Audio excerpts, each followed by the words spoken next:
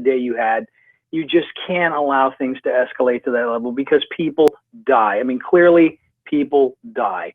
And it's just a tragic thing. And I'm hoping that this is used as a teaching moment for other law enforcement officials throughout the country, because this did not need to happen, Rick. I'm with you, because when you give that kind of awesome power, that kind of control, you need someone who's going to wield it with an easy hand and not the heavy-handed tactics that I think we saw in this video. That's exactly right, Rick. They have to be trained better, and in terms of human relations and human relation skills, interpersonal skills. Those are the things that really need to be focused on in this instance. I mean, he could have easily de-escalated the situation by saying, "All right, ma'am, I'd like you to put out the cigarette, please, because I need to give you this." And he should have maintained a professional and calm demeanor.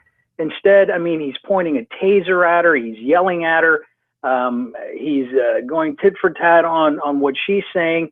So the whole thing looked like it was done by an amateur police officer rather than a professional one. And the other thing that really aggravates me is that, they put him off to the side, and I really don't think that this guy should be on the force, Rick. I really don't. And I'm hoping that the investigation comes quickly and is a relief to the family members of that poor woman. Yeah, it's one of those frustrating things. And then for me, as I was watching this, I go back through all of the times that I've had encounters with police officers. And look, the majority of them are professional. They do their job. It just is what it is. I can't really remember. And maybe it was partly me too, because I got to be honest, I was a little disturbed by her behavior back to him, which made the situation escalate even further ahead. I gotta wonder, if she just goes, yeah, whatever, just get me out of here, whatever I got to do, if that doesn't end it right there. That's absolutely right. There's no doubt that she was back talking the police officer, which is something you're taught not to do from your days of visits from Officer Friendly in the schools. You don't talk back to a police officer. There's no question about it. You don't get belligerent. You don't use foul language. You don't even raise your voice. You take the punishment and you move on. Hopefully you don't get a lecture, but you move on. And so there is enough finger pointing to go in each direction. But the bottom line is a person died as a result of this stop. Yep. And it could have been completely avoided. And it was completely unavoidable. It was completely avoidable. But the other problem with me is I'm looking at this. She was arrested, and 3 days later, she's found dead. 3 days later. I mean, to me, this is one of these things where, what are you doing sitting in jail for 3 days? I thought we had this right to bail. I thought we had the right to a trial. I mean, it just seems to me kind of and I'm seeing more and more of this, people spending days, weeks, months in jail waiting for a hearing, waiting to get out. It's ridiculous to me, over nonsense. That's right, Rick. And the other thing is, I mean, she had every right to a meal and some water as well. No one was checking on her for 3 days before they found this. Something just doesn't ring correctly here. Something has to be askew. Something has to be amiss. And I'm looking forward to a full and thorough investigation. And the results of that, because again, this just did not need to happen. Is it possible to get a fair investigation into things like this? Because I got to question some of it, because the tape that we're given, the accusations of it being doctored, maybe it was, maybe it wasn't. Is there? Because my problem with this is once you see this happen again and again and again, we hit a distrust level to where nobody trusts the other side. That's exactly right. Now, the local police cannot be trusted to do a thorough and impartial investigation because, I mean, you're looking at your own. State officials and the FBI are both investigating this situation, the video, and I'm hoping that an impartial group of people can thoroughly go through this frame by frame and establish whether or not the tape was doctored and whether or not procedures were violated. I think that they were, and I'm just a layman. I'm not trained in law enforcement at all, but I'm hoping that more thoughtful, cooler heads will thoroughly investigate this and come up with the correct conclusions, but it cannot be done by that local police department. It must be done by the state officials and the FBI, because in these instances, they're the only ones that you can turn to provide such an investigation. It's troubling. And this is why I think there needs to be some civilian oversight of this, some transparency to these things. Absolutely. I'm all in favor of a civilian review board in any situation, especially at the local level, because those are your peers. Those are the people that are getting stopped. Those are the ones that are being impacted by these instances and these situations on a daily basis. So I'm in full favor of community involvement. There you go. All right, let's move on to the budget. I understand the big pizza summit yesterday. Yeah. My favorite line out of it came from Representative Reed, the majority leader, who said, and it's one of those moments where you go, really? Did you actually say that? That we now have a better understanding of where our differences are. Really, after almost a whole month of being late and doing your job in the first 4 months of the year, the kind of now only this moment we have a better understanding now. Really, I know, Rick. Isn't it frustrating? Because the process begins after the governor provides his budget address, which is by law, by the way. That's mandated by law. The second week of February. You would think that the General Assembly and the administration would have some sort of head start on this. But then, the talking points go out and the attack videos come out and the mailers come out and the emails are flying. And then they wait till the last minute to put together something that they clearly know is not a real budget, but a phony one. And that's what the Republicans did, basically. And they provided a phony budget to the governor, knowing fully well that he was going to veto all, if not all, the major parts of it as it related to privatization of the state stores, the public pension system, funding public education, a lack of a severance tax. And I was glad to see that they're at least discussing ways to implement a severance tax, which would help pay for education.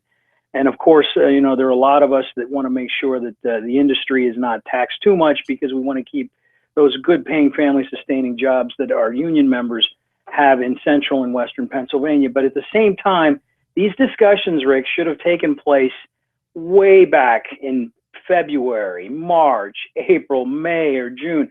I mean, here we are at the tail end of July, and we have to look at news accounts that say, oh, they're at least talking and things are moving in the right direction. Well, I mean, this is a 1 millimeter at a time. This is a race between two snails almost. And the ones who are suffering are going to be those that rely on services provided by human service agencies.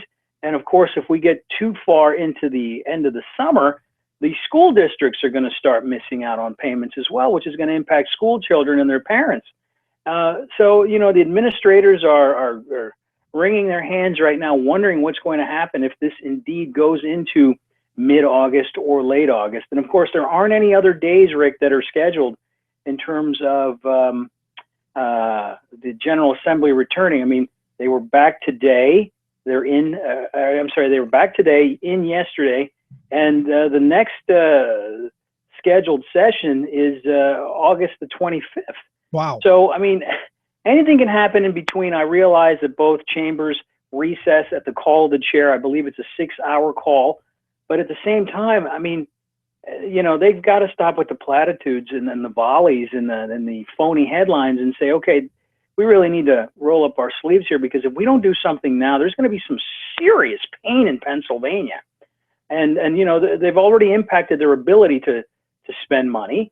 And, then there's the credit rating and the bond ratings that they really should be worried about here.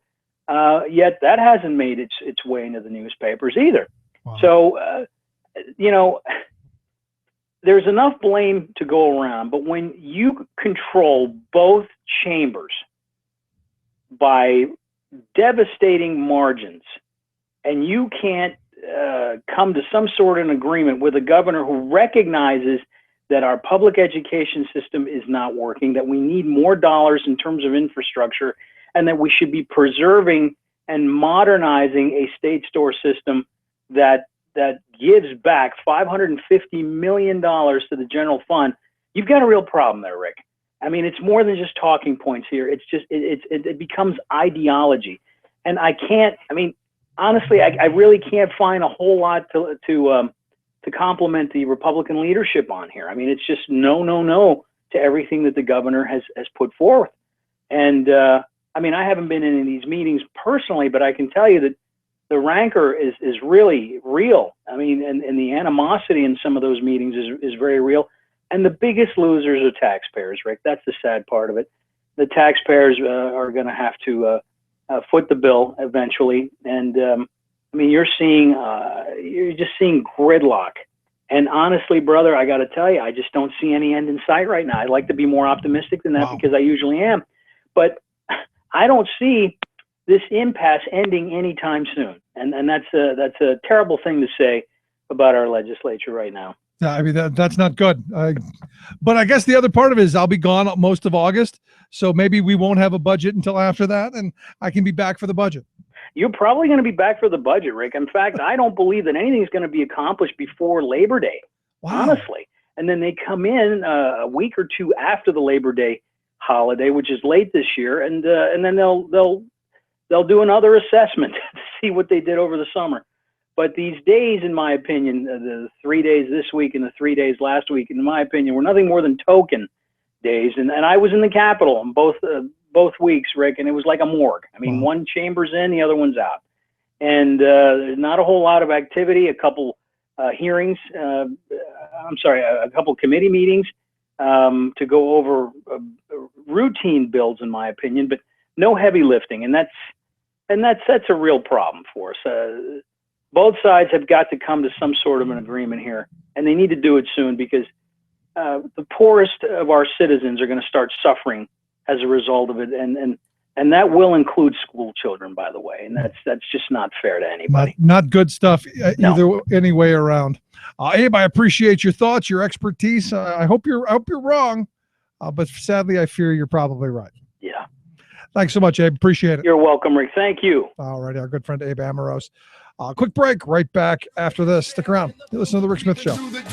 It's desperate times, so desperate measures we explore. Marching on the Capitol to lobby leaders for involvement. 3,000 people screaming out, "Where's our government?" Lawsuits and arraignments, members under company surveillance. Public divided, either they love us or they hate us. Walking billions off our back, and it's still not enough. They should have took into account that we never give up. We'll be here one day longer. One day longer. The people's voice is stronger. We work hard for our money, we work hard for respect. Keep fighting for these rights for generations, it's next. One day longer. One day longer. The people's your working class radio experience, where hard work, common sense, and rational thoughts are a reality. The Rick Smith Show. All of this started on the 15 freeway. Extreme weather whips California freeways. A 30 by 50-foot section of California's Interstate 10 freeway collapsed Sunday. From floods to fire as bridges collapse and cars burn. June 2015 was the hottest June on record. Plus, the Pacific has become a playground for cyclones. Global hurricane season is off to a record start. All of those records and more straight ahead from BradBlog.com. I'm Brad Friedman. And I'm Desi Doyen. Stand by for 6 minutes of independent green news, politics, analysis, and snarky comments. Perhaps maybe people would be more for preventing global warming if we referred to it as taking a stand for preserving traditional sea levels. Yep, that might do it. This is your Green News Report. As the Bible says, it is Adam and Eve, not Adam and Chloe.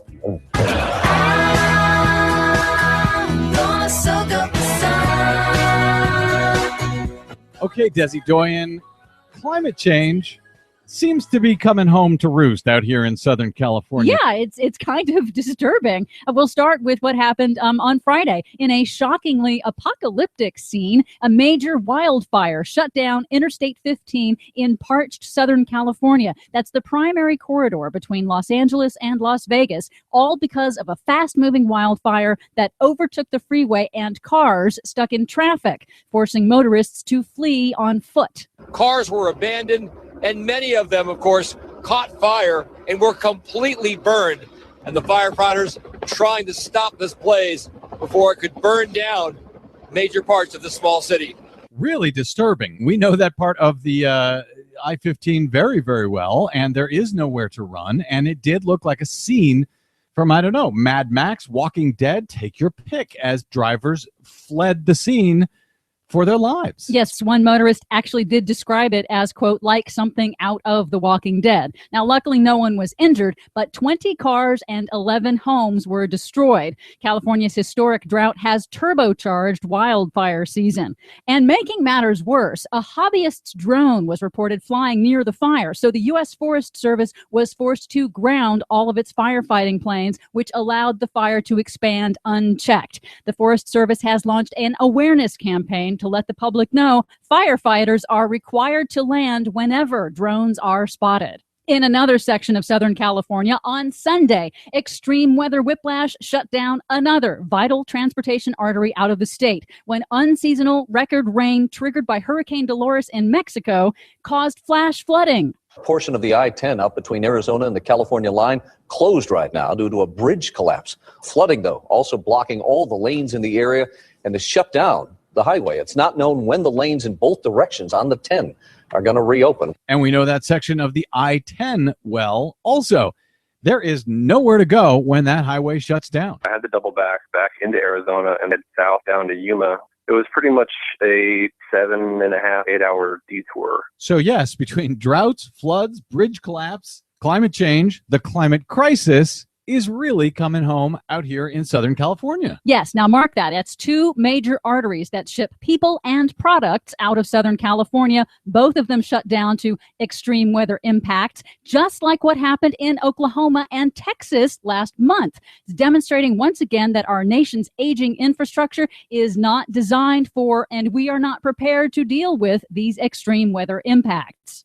Meanwhile, NASA announced late last week that June 2015 was the hottest June on record, tied with the Super El Nino year of 1998. Is that globally or here in the U.S.? That's globally. And now the National Oceanic and Atmospheric Administration has announced that the first half of this year has been the hottest first half of any year on record, meaning it's now all but certain that 2015 will be the hottest year on record. Remember the beginning of last year when all the climate deniers were saying there hasn't been any warming in like 17 years? Yes, I do. It's really cute, isn't it?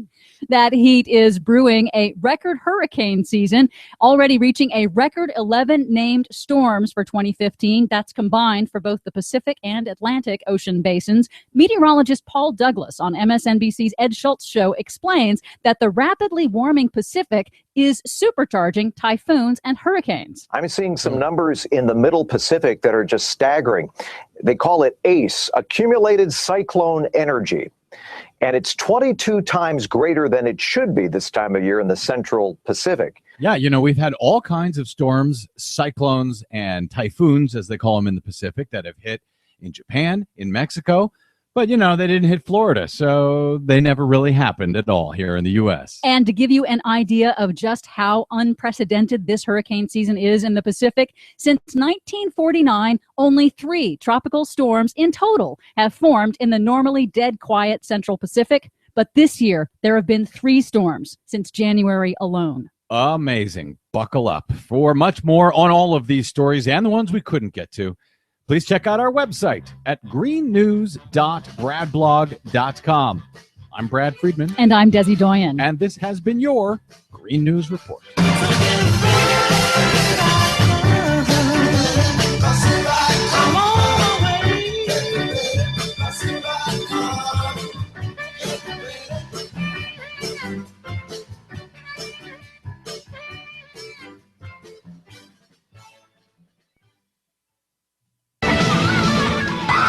Exposing GOP hypocrisy. The Rick Smith Show.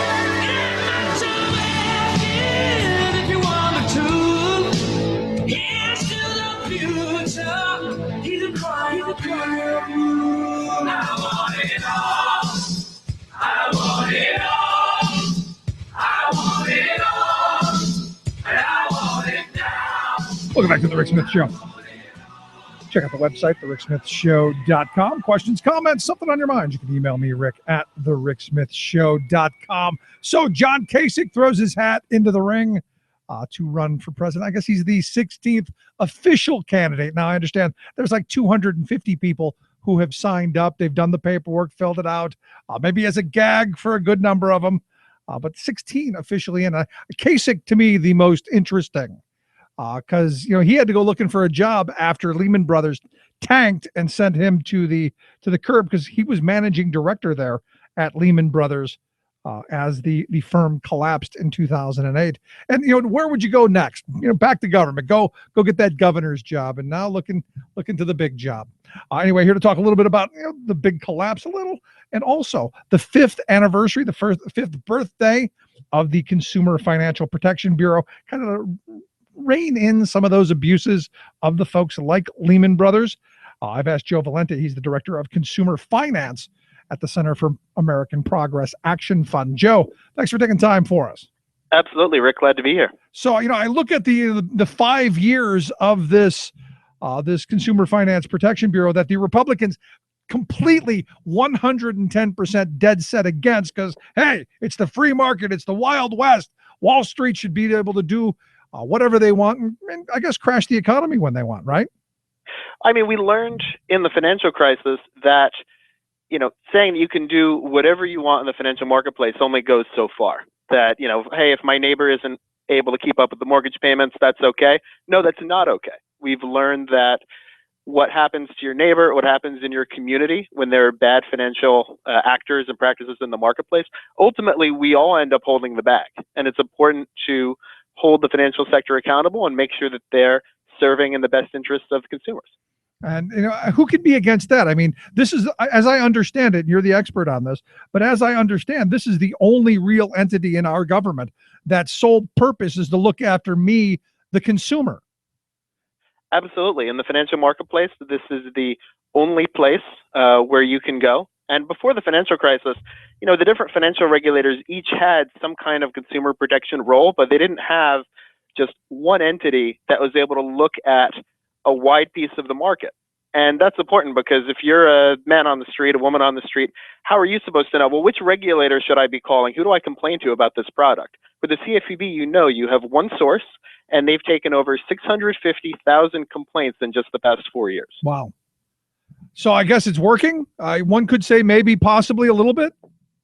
Absolutely. I mean, the complaint numbers speak for themselves. If you think about it, before the crisis, you had a problem with a credit card company, a mortgage company, a debt collector, and you try to complain and they would say, oh, whatever, that's nice. Now you have recourse. You have a place to turn to that can make sure that your complaint is processed, make sure that it's addressed.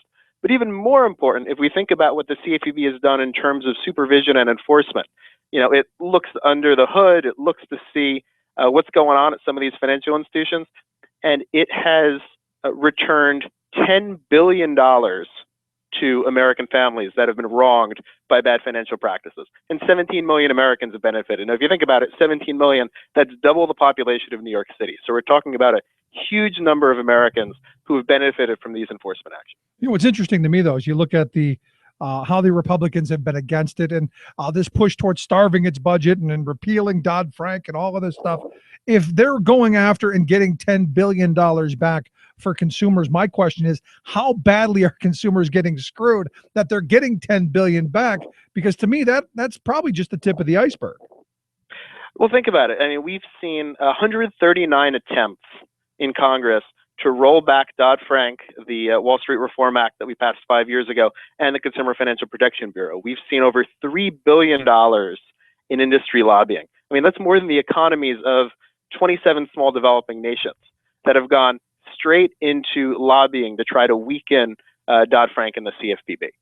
In 139, really? I mean, at some point you go, which is more important, repealing Obamacare or making sure Wall Street's taken care of? Because I think it's almost double of what they've done to try and repeal the Obamacare.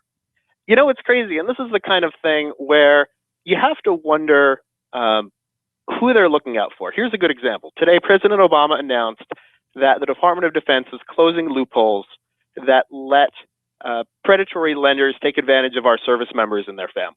Now, that sounds like common sense, right? That sounds like something that anybody, in their right mind would be for. I don't know.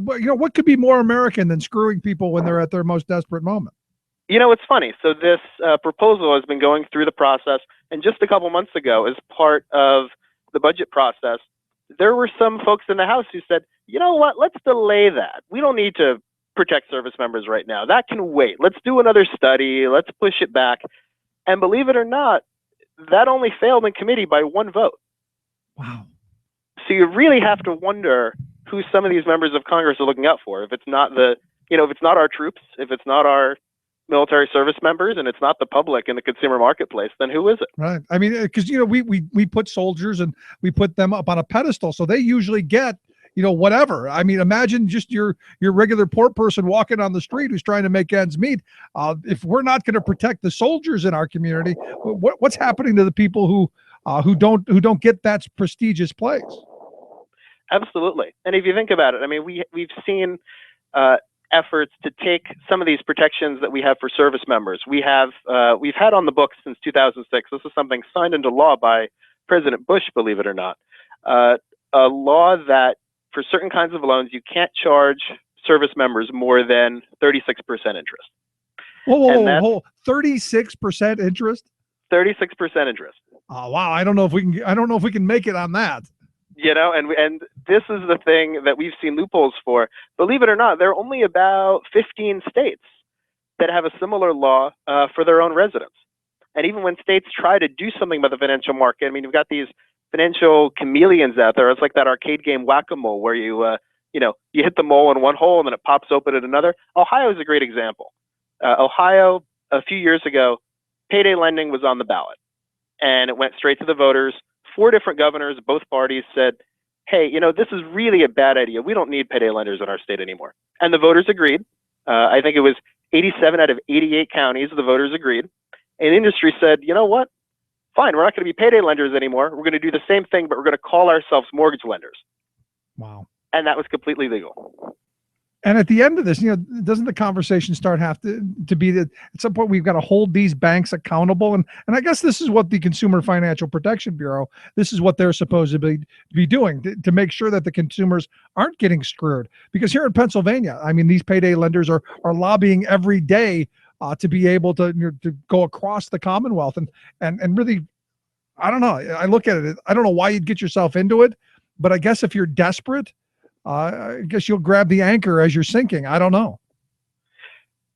Yeah, I mean, places like Pennsylvania, you've got some pretty good laws on the books, and you're one of those 15 states where the state legislature has said, we don't want this kind of activity, but lenders move across state lines, right. They go online. I mean, these are sophisticated actors that we're talking about, and they need a sophisticated and nimble regulator that's able to take whatever the financial market throws at them, and that's really what the CFPB has done.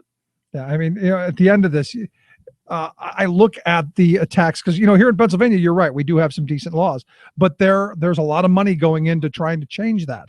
And a number of the Republicans here are actually pushing for and wanting to change those laws to make Pennsylvania basically like, other states where it's the Wild West.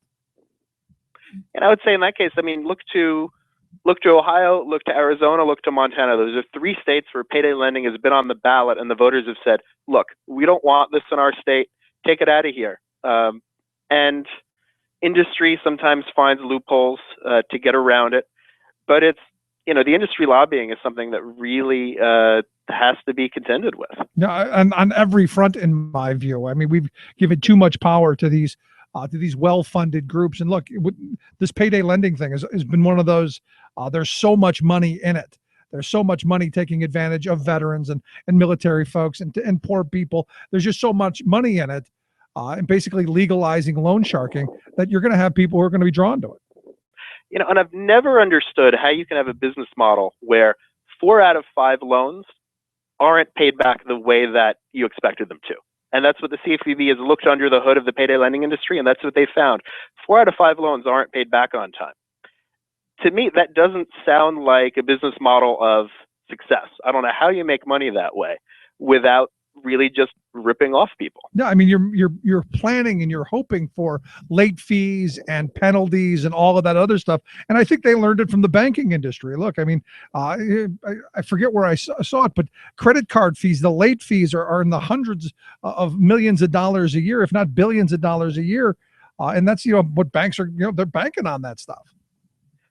We've done a great job with a lot of the credit card practices. It's definitely a lot better than it was, and it's unfathomable to me that anybody would think that we should go back to the good old days, prior to financial reform. Back in 2006, 2007, there were credit cards out there with a $250 limit and $178 in mandatory fees. And so they would tack on all these fees. You make a couple purchases, you go to the grocery store, and then guess what? You're over your limits. They're going to tack on a fee for that. That it's, fee on top of fee. It's the nickel and diming of consumers. And the CFPB has been able to have tough regulations. It's been able to do a lot of really great work on enforcement. But it also, again, it hears from these 650,000 consumers who have complaints. Because if you have a problem and your neighbor has a problem and your uncle has a problem, probably a fair number of people are going through the same thing that you are. And if we're able to track that in the data, which is anonymous data, by the way, one of the things Congress is claiming is that CFPB is spying on people. That's completely not true. Then you're able to find these problems and you're able to fix them quickly in the best interest of the public. Yeah, so that you don't end up at a point where you've got millions of people being screwed over. Maybe you catch it in the early stages, and I think it's a good thing. Where do you see things going in the next 5 years? I believe the attacks are not going to stop. I believe that, again, if we end up with a Republican in the White House, along with a Republican legislature, the budget could be starved, or if not just this group done away with. What do you see happening in the coming years? I mean, they're doing a lot of really great work on new regulations. They're finalizing a proposal around payday loans to get at the problem, these debt traps that you see in Ohio, that you see in states all over the country, and to make sure that we have a national standard that's tough. They've been going after prepaid cards. If you buy the card on the hook at the 7-Eleven, you may not know what's insured about this, what are the fees on this, you may not know what you're getting into. It can be a great option, but you don't always have the necessary information and protections. And they're looking at some of the really nefarious parts of the financial system. They're going to be taking on in the next year overdraft fees at banks, and they're also going to be taking on debt collection. Wow, and that's going to be really exciting to see. And that's, I think, important. I mean, one of the things, going back to those prepaid cards, I despise those. And I've always hated those and gift cards and all of that stuff because, what happens if you don't use it right away? What happens if there's a dispute on, there's so much to this that, I don't understand why you would get them, but I know a lot of people do. But it's always been interesting to me that there's really, in my view, no one to oversees that. So I guess this is what this group does then. Absolutely. It's about making sure that there's a level playing field and making sure that a system that, in the past 20 or 30 years has only gotten more and more complex can be made clear for consumers, but also so that you don't have to worry about the little nitpicky things about, you've got 5 different cards in your wallet with 5 different sets of regulations. I might care about that, but who on the street's going to be paying attention to all of those little details? You need an entity that can make sure that we've got harmonious rules, common rules about different types of products, and that if there is a fee or a practice that's excessive or punitive, that somebody's able to do something about it. Yeah. The hope is that the assaults stop. The hope is that we make this stronger and that consumers are protected. And I think in 5 years, I got to be honest, I'm surprised it's made it this long. But the hope is that we'll continue on, right? Absolutely. And even think about it, for a 5-year-old, most 5-year-olds haven't accomplished this much, right? And this is most government agencies, we haven't seen this kind of record of success. And I think more than anything, it shows that we are a can-do people. If you think about it, we put someone on the moon, we just had a probe that went past Pluto, and we have an agency that is looking after and really bringing returns for millions of Americans.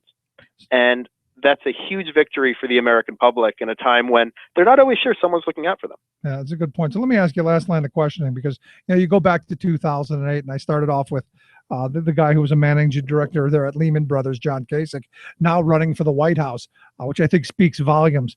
How much of what the Consumer Financial Protection Bureau does would help maybe stop some of the more egregious things that brought our economy to its knees back in 2008? Does it do anything with that? I would say it goes back to what I said before about the complaints. If one person has a problem in one isolated community, we can kind of sit on that and let it go. When you've got lots of complaints from lots of people in lots of places, or when you have lots of bad practices on the books at different banks, and you've got bank examiners looking through and saying, wait a minute, you're doing that and this other bank is doing the same thing, you're able to identify these risks so much sooner. And to be honest, in some ways, the CFPB is really beneficial for banks, because through the complaint database, they can see, what are problems that people are complaining to us about? What are people complaining to our competitors about? What are the things going on in the market that are bothering people, that are really bad practices that need to be addressed? So kind of being the official in the room, which I think is a good thing, where I believe government regulators need to be. Joe, I appreciate you taking a little time for us. Thanks so much. Absolutely. Glad to be on the show. Great talking with you, Joe Valente. He's the director of consumer finance there at the American Progress Action Fund, AmericanProgress.org, their website. You can get there from our site at thericksmithshow.com. Just click on Joe's name. Take you right there. Quick break. Right back after this. Stick around. You're listening to The Rick Smith Show.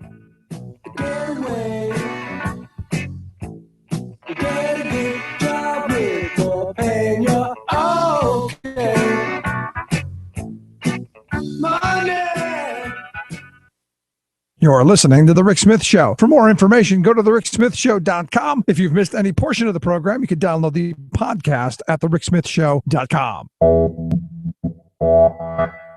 You're listening to WIN, Workers Independent News, a production of Diversified Media Enterprises. I'm Doug Cunningham. Joining the Fight for 15 movement, the Los Angeles County Board of Supervisors Tuesday took the first step in raising the minimum wage to $15 an hour in unincorporated parts of the county. Monica Lopez reports from Los Angeles. The wage increase will apply to all employers, including nonprofits, and will be phased in over the next 5 years. The first increase to $10.50 an hour will take effect on July 1, 2016. Employers with fewer than 26 employees will have an additional year to phase in their wage increases. Rusty Hicks, Secretary-Treasurer of the LA County Federation of Labor, addressed the board before Tuesday's vote. Is it a good or a bad thing that 37% of workers in the county make less than $15 an hour when a single person needs more than $15 an hour just to survive? I would argue that these are bad things. LA's newest city council member, Marquise Harris Dawson, described the result of a business survey in his district. Small businesses in my community said resoundingly, yeah, I don't like the idea of having to pay more in wages, but what's more important to me is to have customers that can actually afford to buy the goods and services that I'm selling. Supervisors are also a wage enforcement plan with city and county agencies. Monica Lopez, Workers Independent News, Los Angeles. New York's Wage Board is expected Wednesday to announce its findings on raising the minimum wage for fast food workers. Fight for 15 workers pushing for a union and a $15 minimum wage in other states and cities will rally in support of the New York food workers on Thursday. Governor Andrew Cuomo appointed the Wage Board, and it's expected to make its recommendations after weeks of public testimony from workers who said their pay is so low on public squeeze into crowded apartments and are unable to afford the necessities for themselves and their children. Most non-tenured faculty at Barnard College will be able to vote on whether or not to join United Auto Workers 2110 in September. The college signed a neutrality agreement that came on the last day of NLRB hearings to determine which employees would be in the bargaining unit for the election. Sonam Singh is an adjunct lecturer at Barnard. Currently, the pay is very low, a few $1,000, no stability because adjuncts are only appointed semester to semester, which leads to a lot of precariousness in terms of, or any kind of financial planning. A system had developed over time where a lot of inequity had crept into it, and a union seemed like the most reasonable of those inequities. Barnard President the faculty to make a decision for themselves and without interference when it comes to joining a union. WIN is made possible in part through workers and from the International Association of Machinists. You've been listening to WIN, Workers Independent News. For more org. But the fact is, Vice President Cheney, though, said it's not a Ponzi scheme. You say it is. Absolutely. If Vice President Cheney or anyone else says that the program that we have in place today, and young people who are paying into that, expect that program to be sound and that is just a lie. And I don't care what anyone says. We know that. The American people know that. But more importantly, those 25 and 30-year-olds know that.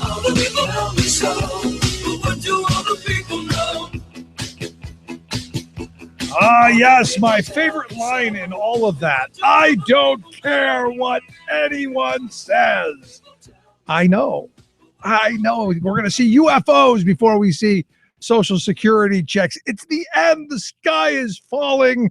And then the sad reality is there's an entire political party that believes that and have repeated that ad nauseum. And there's about a little less than half of the population would be those folks who follow that particular party who actually believe it, who actually believe that Social Security it's broke. There's no more money because we've been too generous with those old people.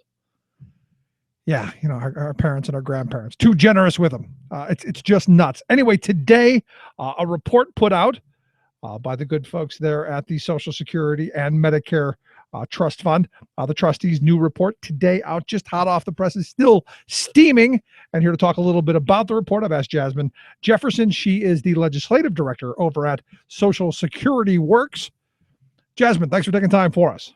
Thank you for having me. So I'm sure the report says it's the end of the world. The sky is falling. We've already seen UFOs. Turn off the lights, pick up the party favors. Back to work, Granny.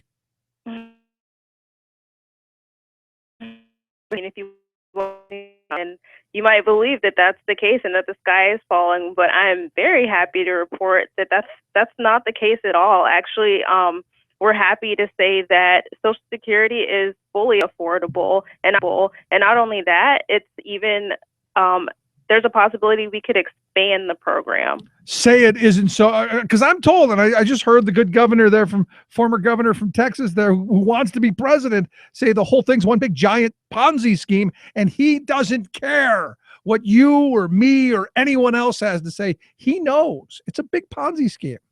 That's so interesting because Social Security is a program that's been fully funded for 80 years as of August 14th. And not only that, it's paid every single benefit that it's ever owed to any beneficiary for all 80 years. So, we haven't seen missed paydays. I mean, there haven't been payless paychecks. Granny hasn't gone to the bank and to get her cat food and there hasn't been money there. Has that happened? Not that I know of. It's never happened. Everyone's always received their benefits and on time at that. Well, that's not a good story. I mean, a good selling story is pain and misery and Granny with a tin cup selling pencils, and that's a good story, right? Not that the government actually works and it's doing what it says it was supposed to do, and it's actually nobody likes those stories. Yeah, it's crazy, right? It's not good for the media, but there are people paying lots and lots of money just for us to think that Social Security is going broke, and that's quite frankly just not true. And the trustees report has shown that today. And you got to wonder why they're spending all this money to try and convince us. Could it be that they want to get their hands on it?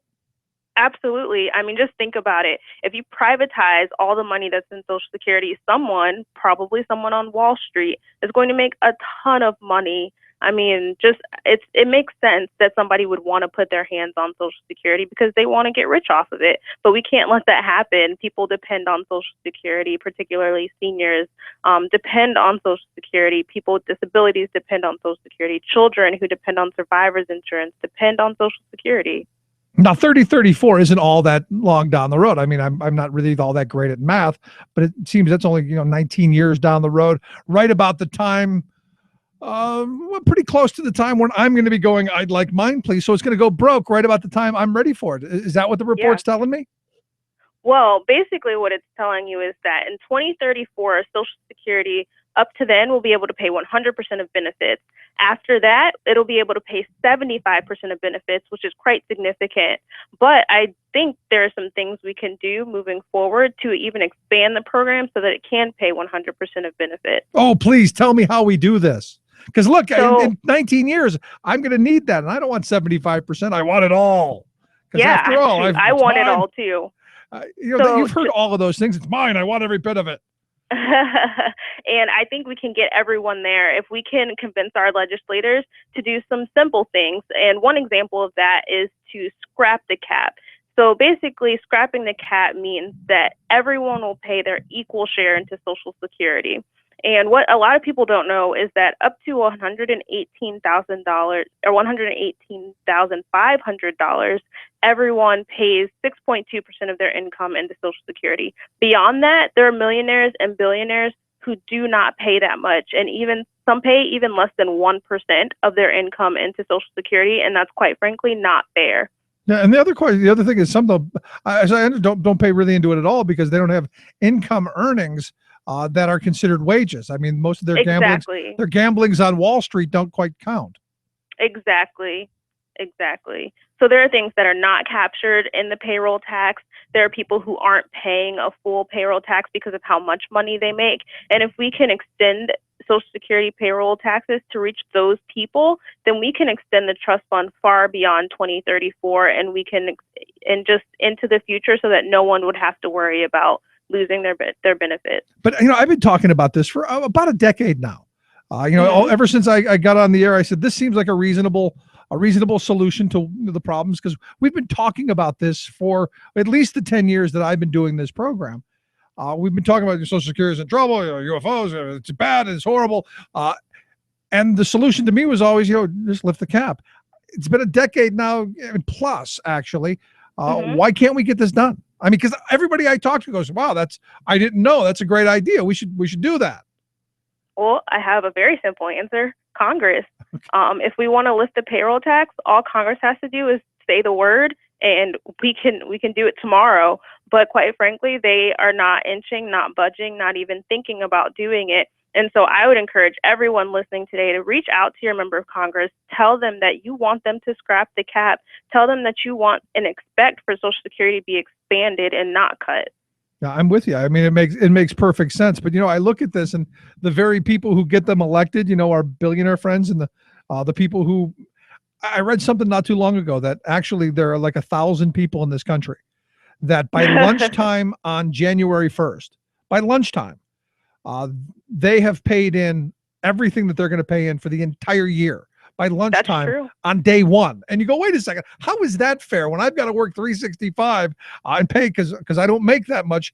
Why is it I got to pay 100% of my income, but lunchtime on January 1st? Yeah, our polling shows that everyone wants the payroll cap to be lifted. It's quite popular amongst all, even political parties, Republicans, Democrats, independents. We all think that this is something that should be done. And it's just a matter of Congress listening to the people. And we really have to get our voices out there so that they understand that this isn't an option, that they need to do this so that we can continue to have Social Security in the future at 100% of the benefit. And not just 100%. I think we should be looking at how we increase that even more, because, people of my generation and especially younger, they don't have the defined benefit plan pension funds that my parents and grandparents' generation had. They just don't, and they haven't had the earnings that they could put squirrel money aside. We've seen stagnant wages for 30 years, and I keep saying, my generation and those a little bit younger than me, they're facing a major retirement crisis. Of you're going to literally work till you drop. And to me, the idea of expanding Social Security seems rational, and opening it up and maybe making that, instead of an anti-poverty program, actually making it a retirement plan. Absolutely. We 100% agree with that. As you stated, pensions are disappearing. I don't know if you can tell, I'm fairly young. I don't know any friends who have pensions. 401ks, as we saw in 2008, I mean, the market fluctuates. We don't know what could happen. We could have another recession soon, and people could lose their retirement savings in the stock market. And so when we look at Social Security, it's been the only thing that's been stable in America for, like I said, almost 80 years now. And that should be what we're looking forward to expanding in the future in order to keep that legacy going. And if you go back to the grand Bush collapse back in 2008, where we almost hit depression levels, it was things like Social Security that saved us from having that hard down that our senator here in Pennsylvania, Pat Toomey, seemed to want and crave and feel was necessary. To where we go smashing into the jagged rocks at the bottom of your fall. It was Social Security, it was unemployment, it was food stamp programs. That's what saved us from the jagged rocks. And to me, I think we should be expanding these programs for when the next one comes, since we seem to be back in love with Wall Street again. So the next time they crash the economy, we don't end up all destitute and in poverty again. Absolutely. Social Security keeps so many people out of poverty, so many children, so many of the elderly and older Americans, that we have no option except to expand the program to keep everyone above poverty levels. Because I think most of us know somebody on Social Security. I mean, it's that big of a program and it's that successful that I think all of us know at least one person. We've all got a grandmother or a grandfather or somebody who, or even someone who's on disability, or in my case, when I was a kid, when my mother passed, I was able to collect that benefit until I was 18. Everybody knows somebody. Yeah. I mean, it's almost impossible not to know someone because the program is universal and it reaches almost everyone in the United States. I almost don't know how anyone couldn't know someone who the program affects. And it's so important. It's really ingrained in our nation and woven into our time, and we really should look at protecting the program and not even considering cutting. No, and exactly. And it's amazing to me that we buy some of these frames. My favorite being, you'll see a UFO before you'll see a Social Security check, which do I get a guarantee with that? I mean, if you're going to make that claim, it's like, here in Pennsylvania, they keep saying, if we cut taxes enough, or if we do away with these worker protections, everything will be beautiful. It'll be like, there'll be just rivers of gold and honey flowing down the streets. And I go, are there any guarantees in that? Well, no, not so much. Absolutely not. I mean, it's amazing the things that I hear on the Hill from staff members of congressional people. I mean, it's absurd, the things that people think about Social Security, and they're simply false. And we really have to raise our voices again and tell those staff members, explain to them that the program's not going broke, that it's fully affordable, and that we can expand the program. And maybe here's just a thought. And, this is one of those crazy ideas that I had while Alan Simpson and the rest of the Cat Food Commission was running around talking about chain CPI and the grand bargain and all of this stuff. Maybe just a thought, and I know it's a wild and crazy thought, maybe we should pay our bills. Maybe all of the money we stole during the Reagan years, maybe all of the money that we used as, a big giant cookie jar during the H.W. Bush and Clinton years, maybe we should put that back. It's amazing. The United States is one of the wealthiest nations in the world. We can, quite frankly, lower our debt simply by lowering healthcare costs. I think there's a lot of rhetoric going around that Social Security is the reason for our debt and our deficit, but it's healthcare costs have a lot to do with that. And if we just simply lower our healthcare costs, then we would have no long-term debt problem. Yeah, maybe take on that whole privatized healthcare industry. Just there's a thought. But as I look at it, I go back to Alan Simpson and I bring him up, the former senator, the Republican senator from Wyoming, and he said, all that money's spent. It's all gone. Don't worry. It's gone. We've spent it. And I'm going, but wait a second. George Bush was running around with filing cabinets saying that's just filled with IOUs. Yes, IOUs backed by the full faith and credit of the federal government, of we the people. Maybe we pay ourselves back. Yeah. I mean, I don't know any U.S. Treasury bonds that are worth nothing. So that would be an interesting claim. I'd love to see someone who hasn't received their Social Security check. Yeah, I mean, it's just one of those things. And so what do we do? I mean, here, as you've said, it's never missed a payment. 80 years we're going on now of doing what was promised, good government in action, working. What should we be telling our legislators? We should tell them that Social Security is strong. We have to reinforce that to them. No matter what they say, there's no evidence that Social Security is failing. Everything, this trustees report, everything we see says that Social Security is strong. And you have to tell them that not only that because pensions are disappearing and because 401ks are unreliable, we expect for our congressmen and our senators to expand Social Security, because that's what we're depending on right now. People in my generation and in the next generation are depending on this program. And in order for them to keep people out of poverty and to be able to retire with dignity, we have to expand Social Security. And not even just dignity, just retire. I mean, the way things are going. I was telling my wife, I go, and I'm actually in pretty good shape. I go, we're just never going to be able to just retire like my grandparents were able to do. We're always going to have to do something. Which is really just sad, because it's going to take jobs from the younger generation who needs those jobs to start their families and all of those things, the circle of life, so to speak. It's just insane. So last line of questioning, I'm kind of going to put you on the spot a little bit. What's the most outrageous thing you've heard from conservatives or from the people who want to destroy Social Security that maybe some of our listeners have heard? Maybe it was an email that, one of those chain emails that the big think tanks sent around, or maybe it was an idiotic statement made by a politician. In your opinion, what's the most egregious, outrageous mischaracterization you've heard about Social Security? I mean, anything that says that the program is going broke for me is really the most egregious thing. I would even admit that before I worked here, when I was just a student, I had no idea. When I heard the word broke, I thought that meant that zero was going to be there, that there was nothing else. And that's a lie. That's not true at all. The trust funds are even growing right now, and no one would know that if they weren't engrossed in the policy of it. So, I would say anything that has to do with the program being broke. Yeah, the whole broke thing. Because I'm with you. When I think of broke, I think of broke. I'm broke. Right. I have nothing. I'm broke. Broke at 75% is not broke. That's not broke at all. That's a minor deficit that maybe we can work on. But that's a good point. That's a good one. Mine's still the Ponzi scheme and the UFOs. Those are my two favorite. Anyway. I haven't heard the UFO. That's a good one. It's good talking points.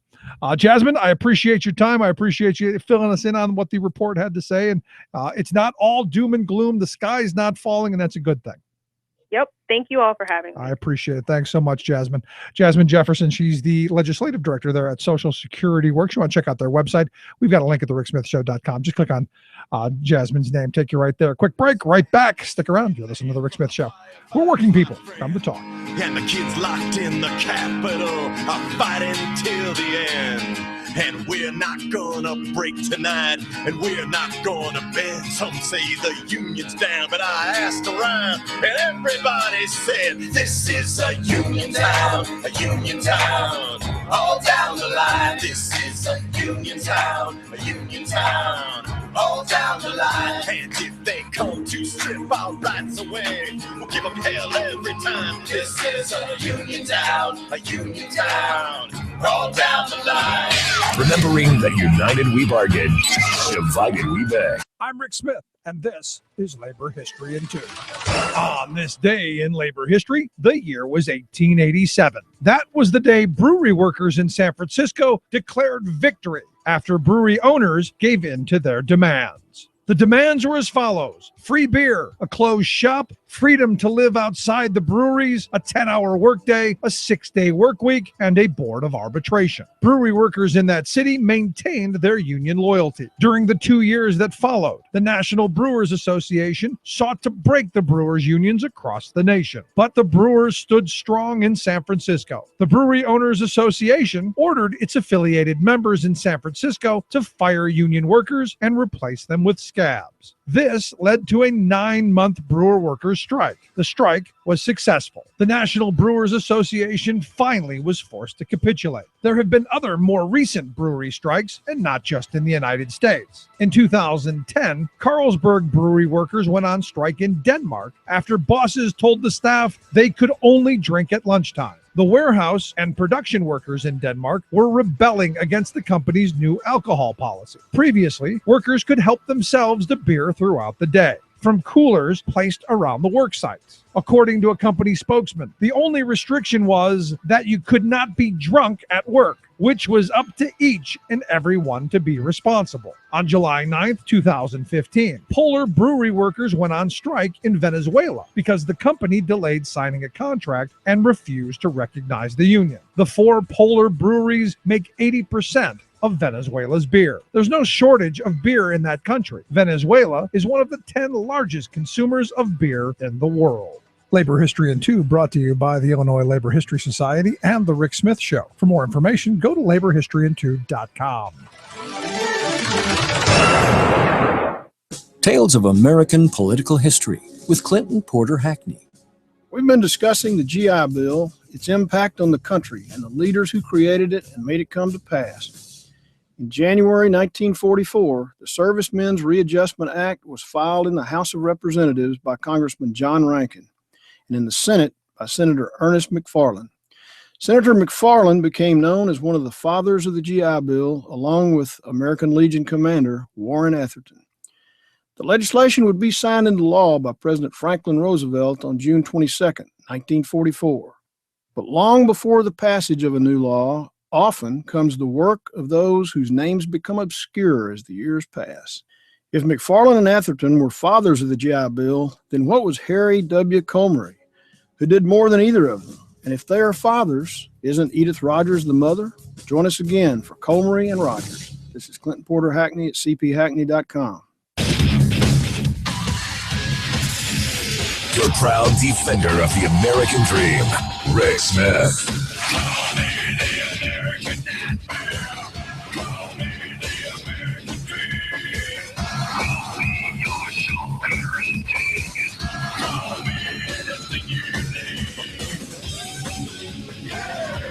Welcome back to the Rick Smith Show. Check out the website, thericksmithshow.com. Questions, comments, something on your mind, you can email me, rick at thericksmithshow.com. Randall sent me an email, said President Reagan increased Social Security taxes in the 1980s, but not all of the increase exactly ended up in Social Security. There is at least $2 trillion intergovernmental loan that is owed by the government to Social Security because Congress spent it on other things. And that's where I was getting to. That's what I was trying to explain to Jasmine, that, you know, and this is what Alan Simpson was talking about when he said, well, we spent it. Well, we spent $1 trillion of it on Star Wars.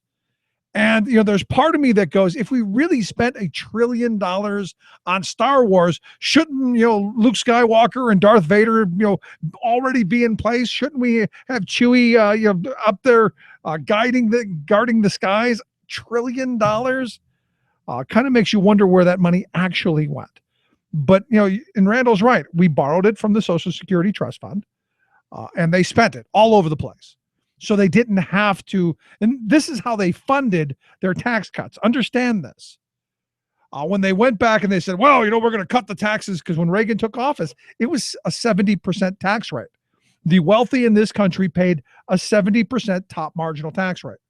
When Uncle Ronnie took over, he dropped it down to 50 and then down to 28 for the very wealthy in this country. And then to keep spending up, just borrowed the money from Social Security and obviously debt and a whole bunch of other things to prop up our spending, because we need to spend a whole bunch of money on the military, developing toys and all of that stuff, while simultaneously giving the country's wealth away to the very well-to-do.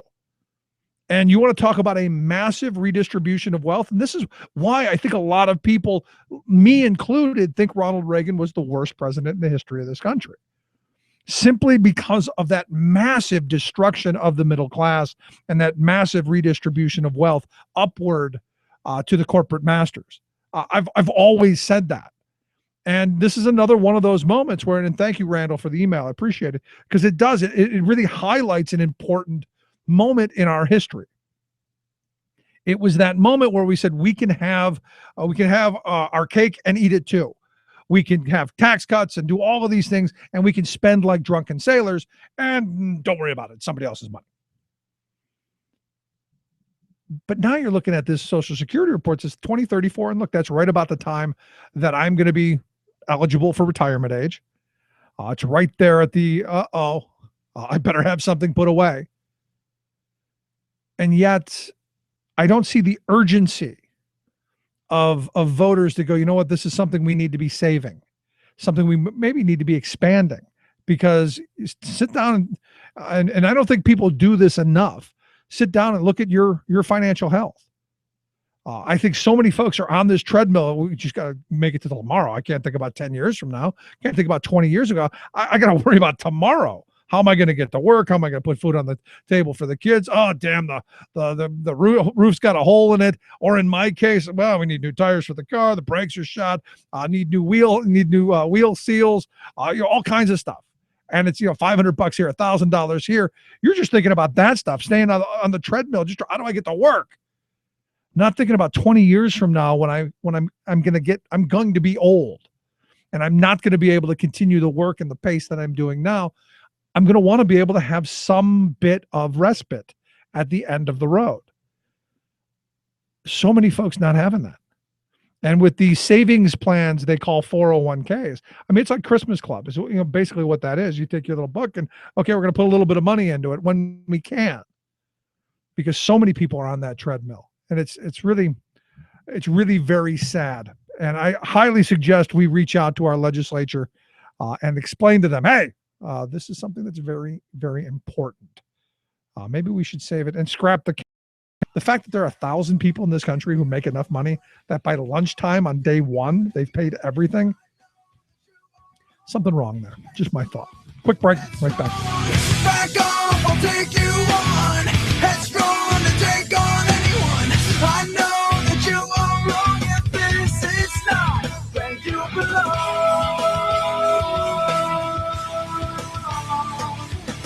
I won't give everything away.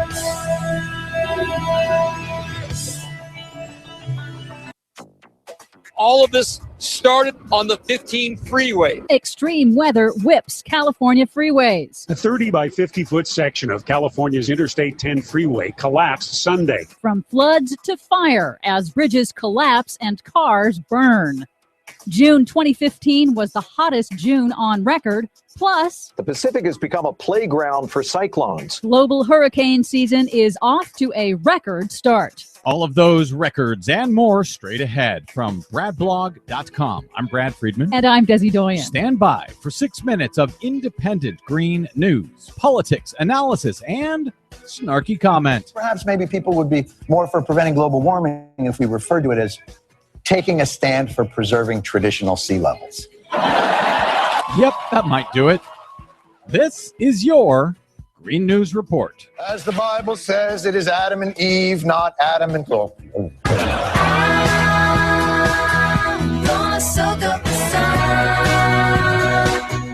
Okay, Desi Doyen, climate change seems to be coming home to roost out here in Southern California. Yeah, it's kind of disturbing. We'll start with what happened on Friday. In a shockingly apocalyptic scene, a major wildfire shut down Interstate 15 in parched Southern California. That's the primary corridor between Los Angeles and Las Vegas, all because of a fast-moving wildfire that overtook the freeway and cars stuck in traffic, forcing motorists to flee on foot. Cars were abandoned, and many of them, of course, caught fire and were completely burned. And the firefighters trying to stop this blaze before it could burn down major parts of the small city.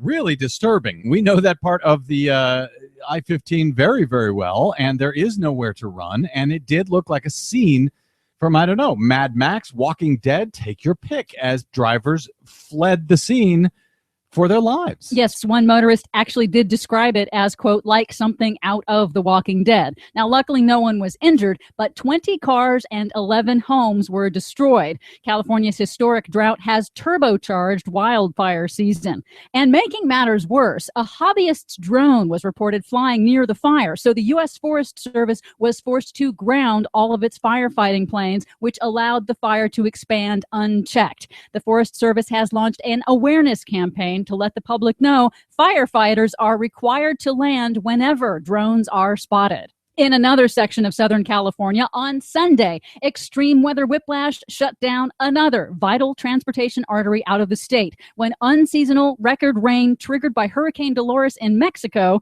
caused flash flooding. A portion of the I-10 up between Arizona and the California line closed right now due to a bridge collapse. Flooding, though, also blocking all the lanes in the area and has shut down the highway. It's not known when the lanes in both directions on the 10 are going to reopen. And we know that section of the I-10 well. Also, there is nowhere to go when that highway shuts down. I had to double back into Arizona and then south down to Yuma. It was pretty much a 7.5, 8 hour detour. So yes, between droughts, floods, bridge collapse, climate change, the climate crisis is really coming home out here in Southern California. Yes, now mark that. It's two major arteries that ship people and products out of Southern California. Both of them shut down to extreme weather impacts, just like what happened in Oklahoma and Texas last month. It's demonstrating once again that our nation's aging infrastructure is not designed for, and we are not prepared to deal with these extreme weather impacts. Meanwhile, NASA announced late last week that June 2015 was the hottest June on record, tied with the Super El Nino year of 1998. Is that globally or here in the U.S.? That's globally. And now the National Oceanic and Atmospheric Administration has announced that the first half of this year has been the hottest first half of any year on record, meaning it's now all but certain that 2015 will be the hottest year on record. Remember the beginning of last year when all the climate deniers were saying there hasn't been any warming in like 17 years? Yes, I do. That's really cute, isn't it? That heat is brewing a record hurricane season, already reaching a record 11 named storms for 2015. That's combined for both the Pacific and Atlantic Ocean basins. Meteorologist Paul Douglas on MSNBC's Ed Schultz show explains that the rapidly warming Pacific is supercharging typhoons and hurricanes. I'm seeing some numbers in the middle Pacific that are just staggering. They call it ACE, accumulated cyclone energy. And it's 22 times greater than it should be this time of year in the central Pacific. Yeah, you know, we've had all kinds of storms, cyclones, and typhoons, as they call them in the Pacific, that have hit in Japan, in Mexico. But, you know, they didn't hit Florida, so they never really happened at all here in the U.S. And to give you an idea of just how unprecedented this hurricane season is in the Pacific, since 1949, only 3 tropical storms in total have formed in the normally dead quiet Central Pacific. But this year, there have been 3 storms since January alone. Amazing. Buckle up. For much more on all of these stories and the ones we couldn't get to, please check out our website at greennews.bradblog.com. I'm Brad Friedman. And I'm Desi Doyen. And this has been your Green News Report.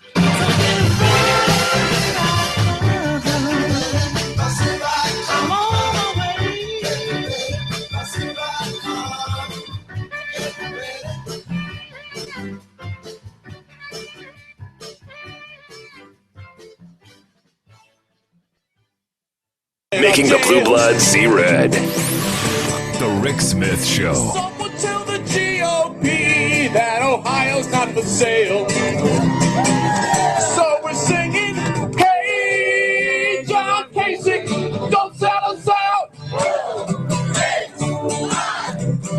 Hey, Ohio, stand up and shout.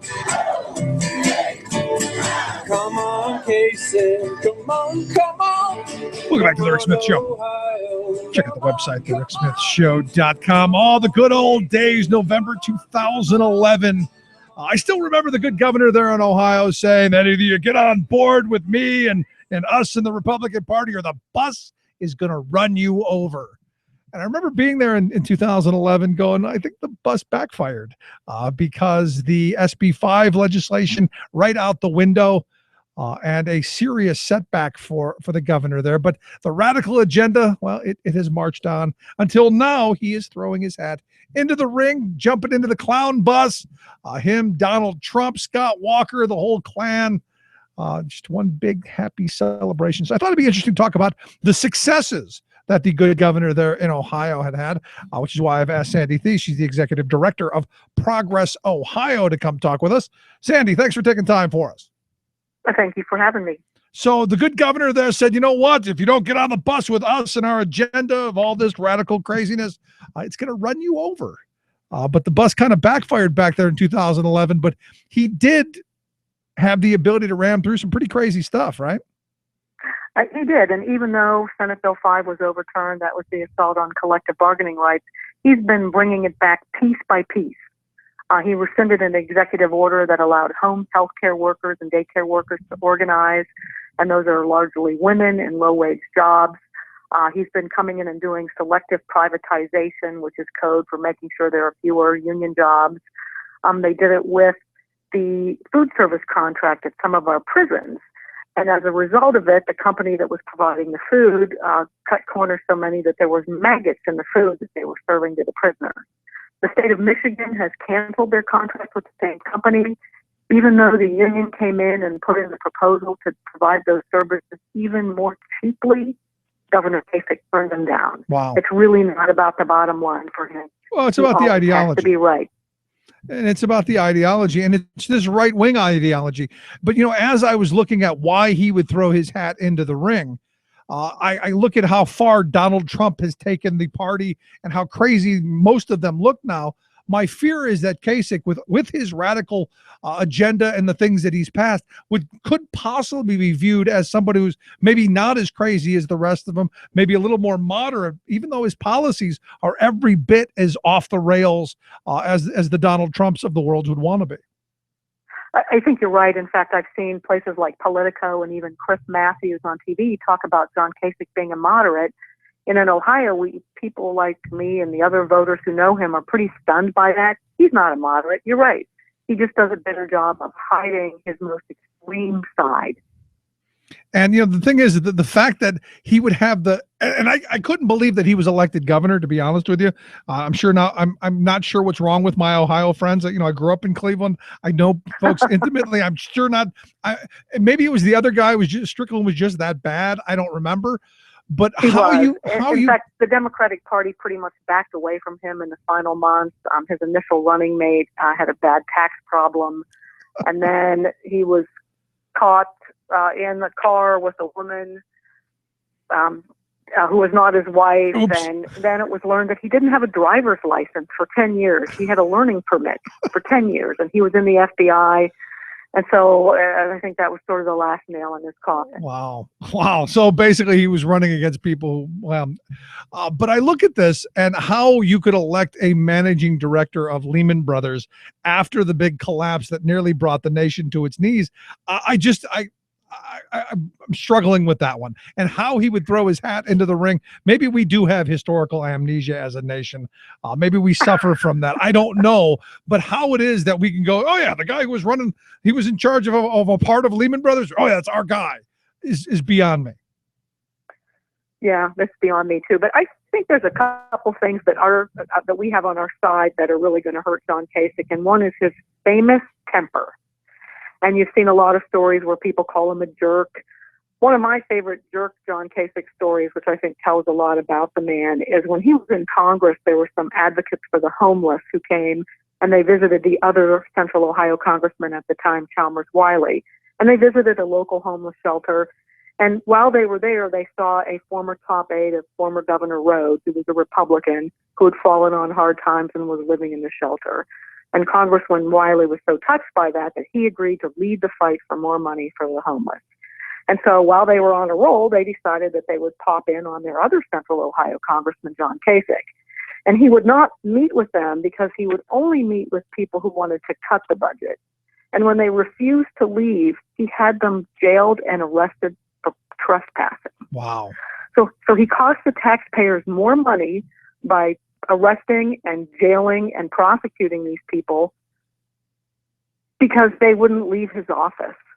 I mean, who does that? Which I would argue is their office. I mean, at the end of the day, if it's right, if it's an office run by a politician, it's our office. They get to use that office at our pleasure. Right. Well, and then one of the first speeches he gave after he was elected governor, and after the "I'll run you over with my bus," he was giving a speech to some state workers on the need for civility, and he told a story about a police officer who pulled him over And 3 times during the conversation, he referred to the police officer as an idiot. And he was very angry, and it's all on videotape. And he said the cop was disrespectful to him. And thank gosh for the dashboard camera, because it showed he was properly cited. He was in violation of the law, and the cop treated him respectfully. I mean, he just makes stuff up. He has a very bad temper. And I think when people see that temper and they get to know it, they're going to realize that someone like that shouldn't have access to the nuclear launch code. Yeah, that's a good point. And but to me, beyond just even that is the policies. I mean, Ohio, if we're to believe that all of the tax cuts for businesses and all of the slashing and burning of education, the privatization of all of that is all is that of we the peoples should be put into private hands. Ohio should be an economy that's just red hot and smoking with activity and one of the tops in the country. And sadly, from the folks that I know who live there, it's not. It's right. And he gets a lot of credit for expanding Medicaid, which I thought was a good thing that he did. But he took the money that he got for that and he used it to finance his tax cuts for the millionaires. And as a result of it, poverty has actually gone up in Ohio under John Kasich, despite a modest recovery. I mean, think about that. And the day he announced, there was a big story on the front page of most of the papers about more of our kids living in poverty. There's more kids in poverty in Ohio than there was in 2008, which was at the apex of the Great Recession. And we have not yet made up the jobs that we lost during the Great Recession, despite all of his commentary about how jobs and the economy were his top priority. They weren't a priority at all. I mean, he just seems to, in my view, and you can correct me if you think I'm wrong, he just seems to me to fit into that class of 2010 governors, the Scott Walkers, the Paul LePages, the Tom Corbett here in Pennsylvania. It seemed like they were all cut from the same playbook. I won't say cloth because each of them are a little bit different, but it's like they were all reading from the same right-wing playbook. And my question then becomes, if he's kicked his name into the ring, that means there's got to be a billionaire or someone with a lot of cash behind him, pushing him out there, because it seems that to get into the especially on the Republican side, to get into this gig, you've got to have a billionaire who you're their pet. Right. Well, we haven't found his billionaire yet. It's a little bit early, but you're right, especially about them all having the same policy book. It's the same thing in state after state, and it's not working anywhere. And you look at the assaults on education, you look at the assaults on health and human services and the social safety net. It just hasn't worked. And then you throw into this the education, which to me is a huge bit of this. And virtually all of the Republican folks who have thrown their name into the ring here are, at one point or another, were in favor of Common Core, then they were against it, and now they're really against it. But they're all in favor of charter schools and privatization and this whole corporate education model, which I think is really very dangerous. And Kasich, I put into that crowd as well. Well, he's the worst offender in terms of the charter school stuff. Our charter schools have been the subject of national ridicule for a long time. Oh, yes, they have. And the Washington Post has written about it. The New York Times has written about it.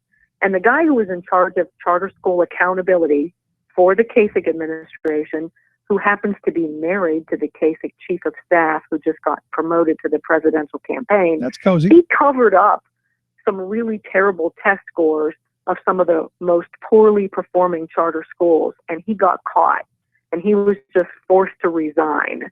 And at Progress Ohio, we just started an online petition asking our state school board to fire the state superintendent, who's the top educator at the state, and he reports to the state school board. And we've documented a series of cover-ups from the state superintendent of some of the worst performing charter schools that also happen to be the ones that give the most to Republican candidates and causes. Yeah.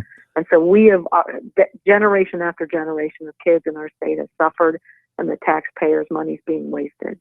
I look at the whole charter school thing, and at the beginning of it, I was in favor of it because I like the idea of giving school boards, of getting educators the ability to try some different things. I know not everyone learns in the same way. So to me, it seems like a reasonable idea to try some different things. What this is morphed into is not that. It was not the original idea. This has turned into how can we profit from giving schools curriculum? How can we profit from all of the ancillary services that go into schools? And how can we do it on the taxpayer dime? And in areas that are already struggling to get by. So you've got parents who are going, our schools are underfunded. The buildings are crumbling. Teachers don't stay long because, look, it's a horrible environment. Maybe these charter schools are it. And it kind of reminds me of, if you're drowning in the ocean and someone throws you out an anchor, you're going to grab onto the anchor. And this is kind of, in my view, of what these charter schools have turned into. Well, you're right. And there are some good charter schools. There aren't that many of them. We've been working on this accountability project for a while. We're actually working with the Fordham Foundation and Students First and some other charter school groups. And they have come out. Students First, which is Michelle Rhee's group, came out last October and said, quote, most Ohio charter schools stink. And that's whoa, stop. Students First said, now they're the charter, they're the ones out there pimping the charter schools. Well, things are so out of control in Ohio that the charter school association, some of them, not all of them, but they're now working with my little accountability team trying to get legislation passed that will crack down on the worst offenders. That's how bad things have gotten. Wow. And, when John Kasich was in Congress, he was marketing himself as this big fighter of corporate welfare. And he got all this national press for being the champion of fighting back corporate welfare. There is no more dangerous corporate welfare than what we're seeing with ECOT and White Hat Management and the K-12 chain. These are these for-profit charter school chains that have terrible academic records. And Kasich is sitting there not doing anything about it. But K-12 does really put out a very nice radio ad and a really good TV ad. And they've got really nice billboards that our tax dollars are paying for. So, I mean, we're getting something out of it, right? Yeah, well, the people who are in the advertising business, I think, are the ones who are making all the money. And, that infuriates me that our tax dollars are funding the ad campaign for K-12, but my local public school, they don't have any ads. Oh, I know. And we just passed a new 2-year state budget. It took effect July 1. Every charter school in Ohio got a pay raise in the budget, and the vast majority of the traditional schools got cut. That's the Kasich legacy. I mean, I think that speaks volumes to what he would bring to the White House. And fortunately, my opinion is he doesn't stand a chance. It seems to me that this is to him about maybe that ambassador's job or something in the administration to come, or the pet billionaire is going to pump him full of money. At least I hope I'm right. Well, a lot of people are saying that they think that he's really running for vice president, which is so funny because the vice president, in addition to being alive in case the president dies, resigns, or is impeached, is supposed to be quiet, follow directions, and not cause any controversy. And with John Kasich's temper, I don't think he is capable of doing any of those things. Yeah, unless you send him off to some kind of envoy trip somewhere somewhere in the deep Saharan Africa. Maybe that's what they really have in store for him. Although my VP choice, I still think is going to be Susana Martinez, because I think you need the woman and the Latino vote. But this is my personal thought on it. Well, my dream ticket is Trump and Bachmann. Oh yes, yes. I'm right there with you, because I think that would be even if they win, it would be entertaining, because the Republicans would turn against them. You would have absolute gridlock. Would be great. Well, maybe not, but it would be fun, if nothing else, at least sitting in this chair. So last line of questioning I've got for you, because I want to bring this back to the presidential campaign. His polling numbers at this point, almost non-existent. He's probably not going to make it onto the debate stage. Any other rationale in the state there outside of VP thing? No, I think most people think he's throwing a Hail Mary because he has strong connections to Fox News.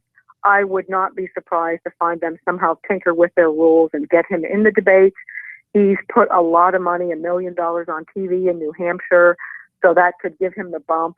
But the early coverage of his announcement was pretty bad. Yeah. He spoke off the cuff, which is what he's done every time he's had a State of the State speech here. And so the Washington Post headline said that he made a compelling case for the teleprompter. So I think the next couple of days we'll see if he's able to turn around his press and get that traditional post announcement bump. And if not, I think it's over.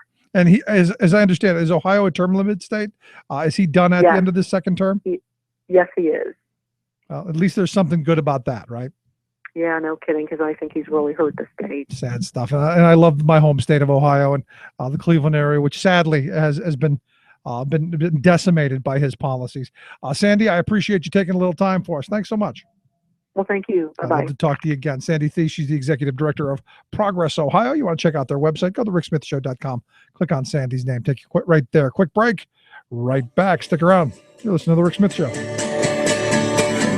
2, 3, 4. Hey, John Kasich, don't sell us out.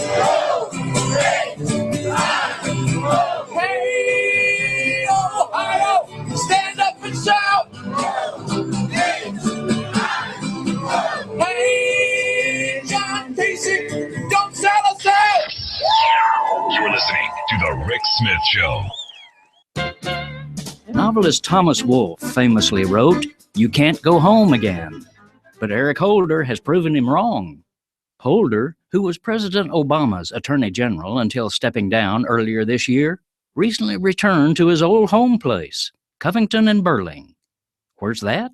Well, it's not actually a place, but a powerhouse Washington lobbying and corporate lawyering outfit. It runs interference in Washington for such Wall Street clients as Bank of America, Citigroup, JP Morgan Chase, and Wells Fargo, and it's a place where Holder definitely feels at home. After serving as a deputy attorney general in the 1990s, where he demonstrated a kind and gentle approach to prosecuting corporate crime, Holder was invited in 2001 to leave his government job and join the corporate covey of Covington and Burling lawyers. There, he happily hauled water for big-name corporations until tapped to re-enter the government in 2009 as AG. The most striking thing about his 6-year run as America's top lawyer was his ever-so-delicate treatment of the Wall Street banksters who crashed our economy in 2008.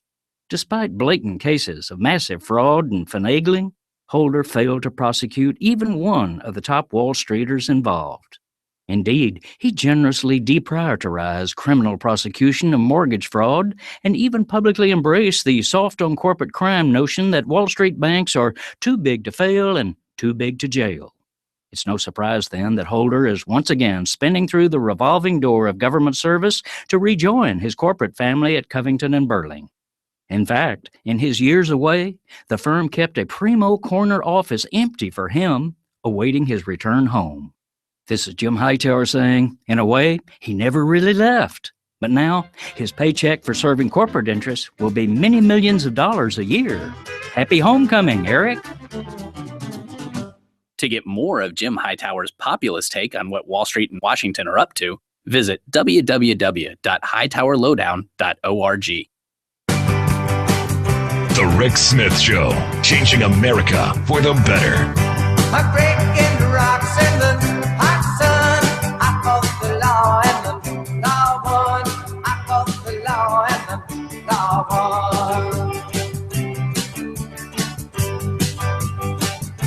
Welcome back to The Rick Smith Show.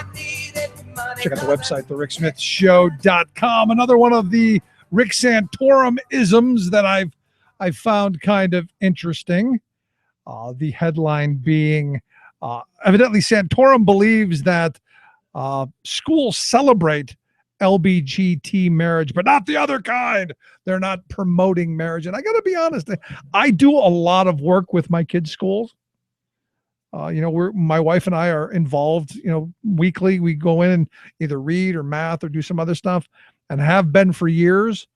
I have yet to hear one of my kids' teachers celebrate gay marriage. I've yet to hear any of it. I'm sorry, I just haven't. I haven't seen the books that the right wing keeps saying are saturating our schools and clouding our children's judgment. I haven't seen it, just have not. And yet there's part of me that thinks this hysteria on the right is one of those self-fulfilling things that they really want to be able to make a case out of something. And I just think it's kind of twisted. I wish people like Santorum would just stop. Really, just stop. The same-sex marriage thing is over. You've lost. And it should have never been a contest of someone winning or losing. It should have just been not an issue. It's a legal contract between two people, two citizens of this country. Don't care. And yet this guy has figured out a way to hang on and to glam on to the political process. He's not going to go anywhere, but he's always there. And the Fox Newses of the world and all of these entities that are meant to divide, distract, and really confuse, trot him out as some expert on religious values. And I'm like, really? Am I missing something? Now, what's kind of scary to me is, again, he's still there. How many thumpings do you take in public before you go, you know what? I think I'm going to pass. I bet it's time to get a job. And the truth is I think it's a lot easier doing these campaigns and throwing out an occasional bit of red meat for the idiot base than it is actually working. Just kind of a thought. And he's got his pet billionaires, I'm sure. I'm sure Foster Freeze is still kicking him a couple of pennies. But you look at these folks, and Kasich, right on down the list, Jindal, right on down the list, all of them, Rubio, all of them, on some level, just kind of kooky. And really, is there anyone in that list of candidates, of 16 now, I guess, are the ones being officially considered? Anyone there that you can see as president? Because honestly, can you really see Donald Trump as president of these United States? Really? Look, I've got friends who are as entertaining as he is, with the same kind of anger and the same kind of get off my lawn and leave my dogs alone. I don't want them to be president. I guess it says a lot for the entertainment culture in this country. Very, very strange. Quick break, right back.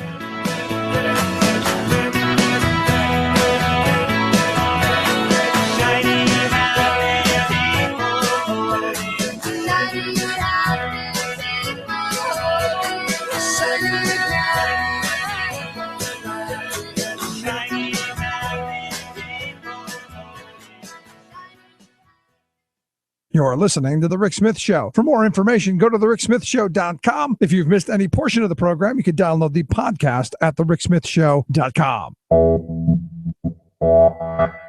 You're listening to WIN, Workers Independent News, a production of Diversified Media Enterprises. I'm Doug Cunningham. Joining the Fight for 15 movement, the Los Angeles County Board of Supervisors Tuesday took the first step in raising the minimum wage to $15 an hour in unincorporated parts of the county. Monica Lopez reports from Los Angeles. The wage increase will apply to all employers, including nonprofits, and will be phased in over the next 5 years. The first increase to $10.50 an hour will take effect on July 1, 2016. Employers with fewer than 26 employees will have an additional year to phase in their wage increases. Rusty Hicks, Secretary-Treasurer of the LA County Federation of Labor, addressed the board before Tuesday's vote. Is it a good or a bad thing that 37% of workers in the county make less than $15 an hour when a single person needs more than $15 an hour just to survive? I would argue that these are bad things. LA's newest city council member, Marquise Harris Dawson, described the result of a business survey in his district. Small businesses in my community said resoundingly, yeah, I don't like the idea of having to pay more in wages. But what's more important to me is to have customers that can actually afford to buy the goods and services that I'm selling. Supervisors are also working on a wage enforcement plan with city and county agencies. Monica Lopez, Workers Independent News, Los Angeles. New York's Wage Board is expected Wednesday to announce its findings on raising the minimum wage for fast food workers. Fight for 15 workers pushing for a union and a $15 minimum wage in other states and cities will rally in support of the New York fast food workers on Thursday.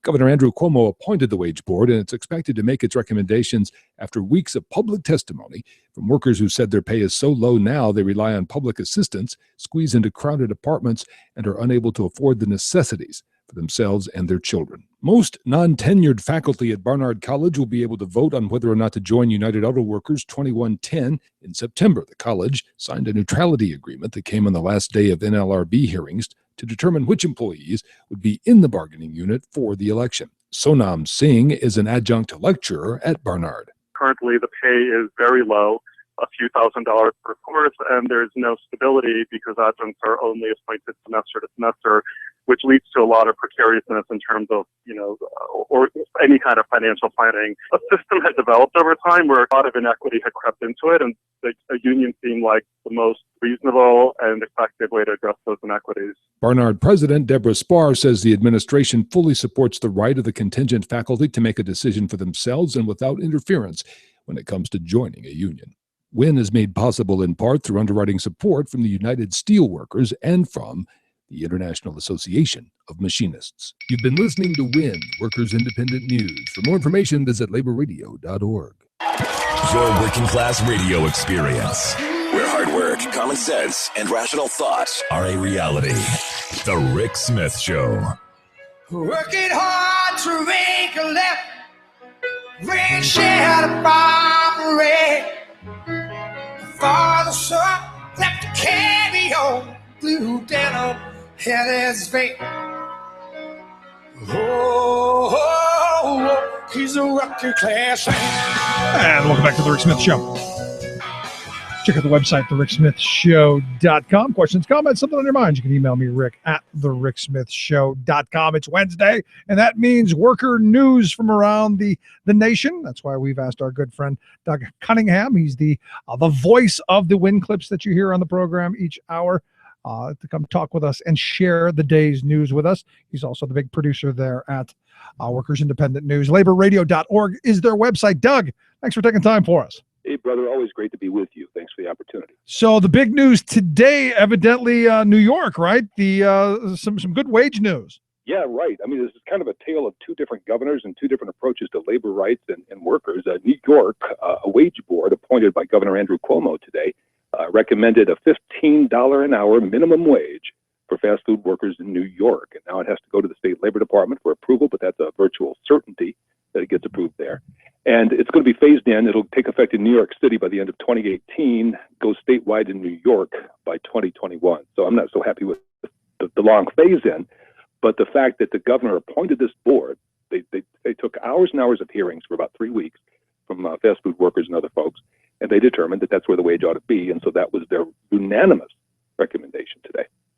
Any indexing going into that afterwards? Because one of my big concerns is if we're going to do something on minimum wage, that we don't have these periods of the Reagan administration and now the Obama administration where no federal wage increase happens.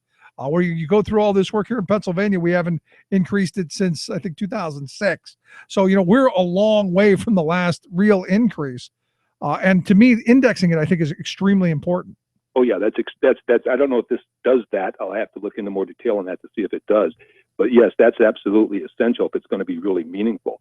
And there are certain candidates out there for president, Scott Walker among them, our governor here in Wisconsin, who said that raising minimum wage is a quote unquote lame idea. Well, that governor of ours is pretty lame himself, because economists will tell you that that's a good way to stimulate the economy. It's not just putting money into the pockets of workers, it's putting money into the economy and circulating it so they spend that money at small businesses and on other things that they need. So it's not a lame idea at all. It's a very sound economic idea. And as I understand, in Los Angeles County, their board there as well, joining the Fight for 15 movement, because I think folks are realizing that we need to give a boost to the bottom so that, that you have that ripple effect upward, which, we've talked about before here on the program. That's right. I mean, when you talk about the economy and you talk about what drives it, it is consumer spending that drives the economy. About 70% of our economy is consumer spending driven, which means that if you put more money into consumers' pockets, they go out and they buy more, they consume more, they create aggregate demand. So what do you need as a business owner? You need demand for your product or for your service. And that's exactly what things like this do. But tax cuts, Doug, tax cuts. That's the panacea. That will drive everything. And, you know, we were just talking a little bit earlier about the Reagan years, how basically he stole from Social Security to prop up his massive tax cuts to the wealth class of this country. What I argue is one of the biggest thefts of the middle class in the history of civilization, along with his massive tax increase. But most people don't see it. You talk about Obama wanting to raise taxes a little bit on certain folks. We're talking, redistribution of wealth. You want to talk about redistribution of wealth?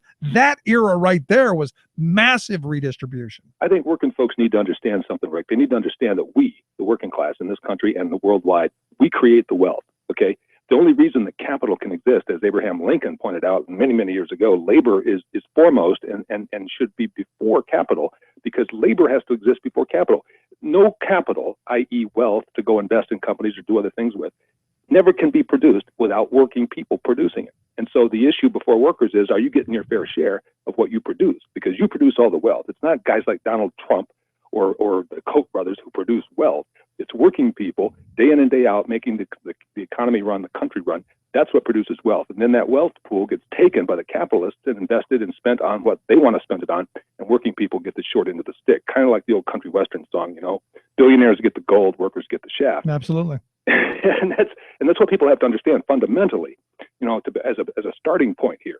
That's fairness in America if workers get their fair share of the wealth that they create. And that's one of the things that labor unions really work hard to do, is to give workers more of their fair share of the wealth that they produce. Yeah, you know, you spend a lot of time looking at the news, and especially the labor news, which is extremely important.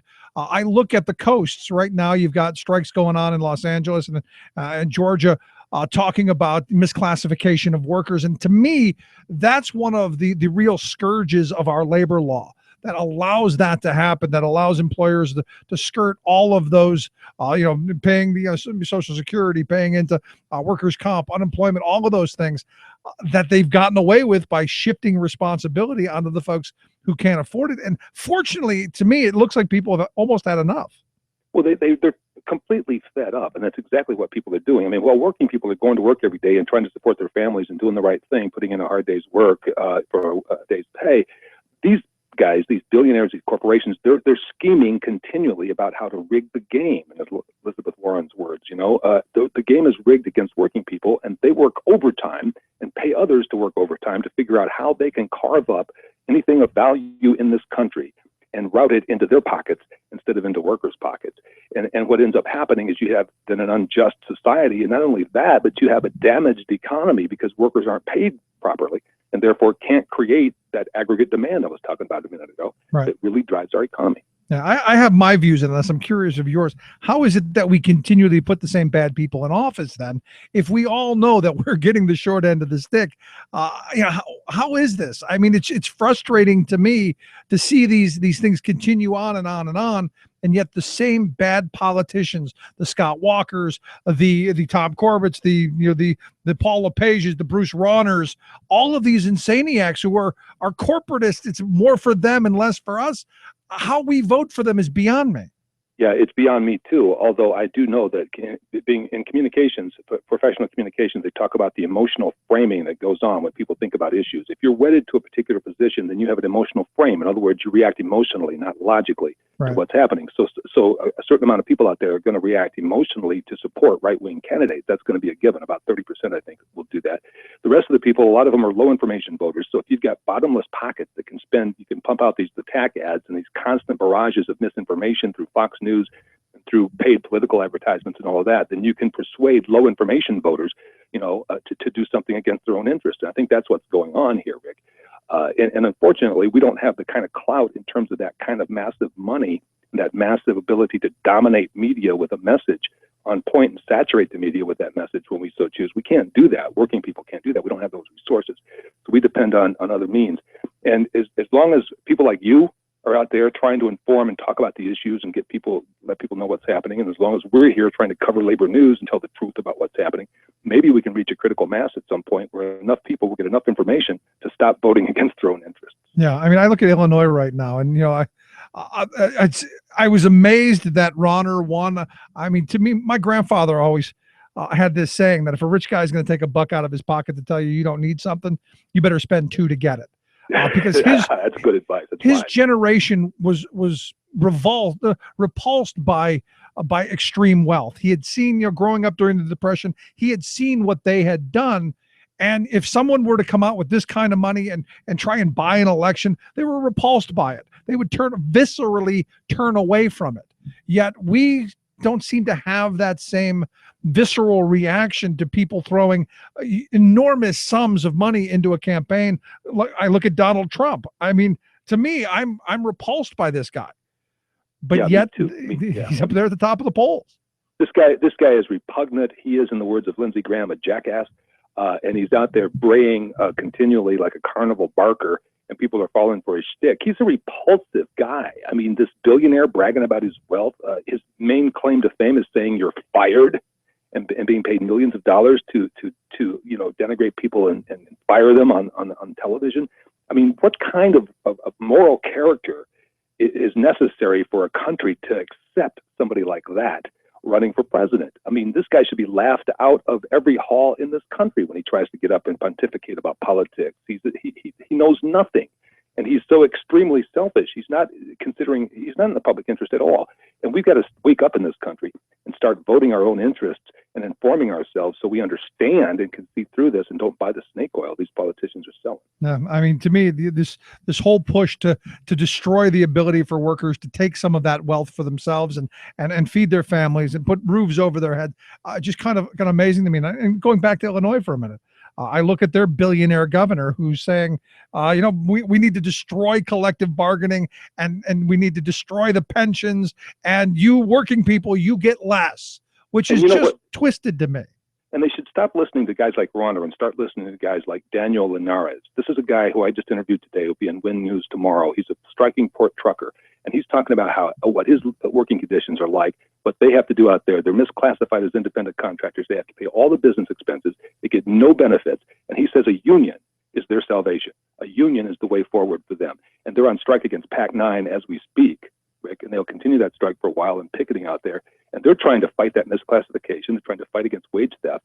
And they want a representative voice on the job. They want a union on the job. They want collective bargaining. Governor Ronner, the billionaire, trying to destroy it.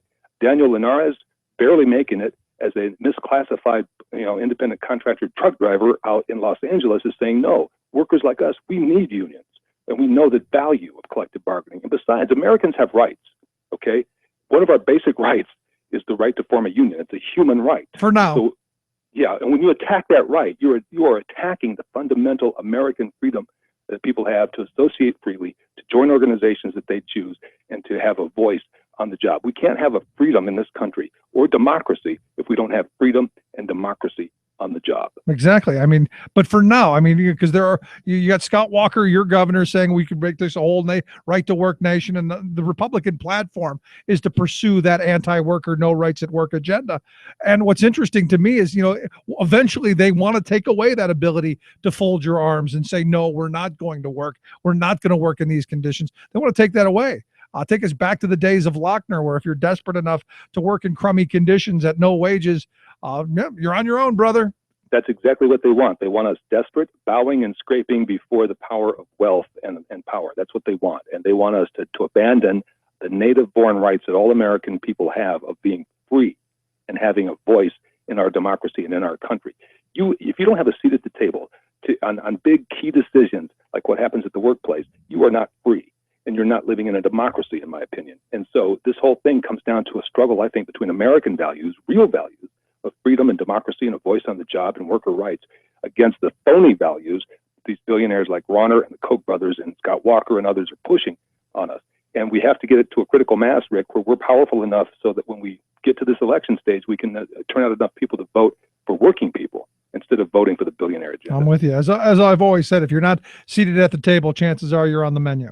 There you go. You're the main course. So, but to bring this back to Ronner, though, because I understand they're trying to push, he's trying to push a piece of legislation that would, ban collective bargaining for public sector workers. Explain it. Yeah. What he's trying to do is to eliminate collective bargaining for public workers and to freeze their wages for 5 years. And he also wants workers to switch their pension plans to something that pays them far less in retirement. And the Illinois legislature, controlled by Democrats, isn't likely to let that happen. Okay. The Illinois AFL-CIO says instead of continuing his one-man political campaign to stomp on the rights of average people, Governor Warner should be working with legislators of both parties to find real solutions and revenue for the critical programs Illinois families depend on. But let's face it, guys like Warner, they don't give a damn about you and I. They don't care about working people. They don't care about public policy. They're completely self-centered and driven by the profit motive and big money interests, and that's all they care about. And I often say they wouldn't urinate on you if you're on fire, if they pass you in the street. So people have got to wake up and realize exactly what time it is and where these people are coming from, and inform every decision that you make politically based on that. Where are these people coming from? Whose interests are they really pushing? And what would they do, if anything, for the vast majority of people in this country who work for a living? There you go. Last question I've got for you there, Doug. I see your governor, since he's thrown his hat into the ring, potentially a new scandal popping up. Yeah, he created something called the WEDC to create jobs, supposedly promised that 250,000 jobs would be created in his first term. He got only half that number of jobs. And the WEDC, this agency he set up to help create jobs by loaning businesses money, is an absolute abject failure. It's not even following state law and its own internal procedures. There's at least $1.7 million, at least that much, unaccounted for. They don't follow up on loans to get that money back. They don't follow up to see if jobs were really created with it. And there's a recent scandal that this WEDC in Wisconsin gave $1.2 million to a company that had a whole raft of legal issues and problems and judgments against them.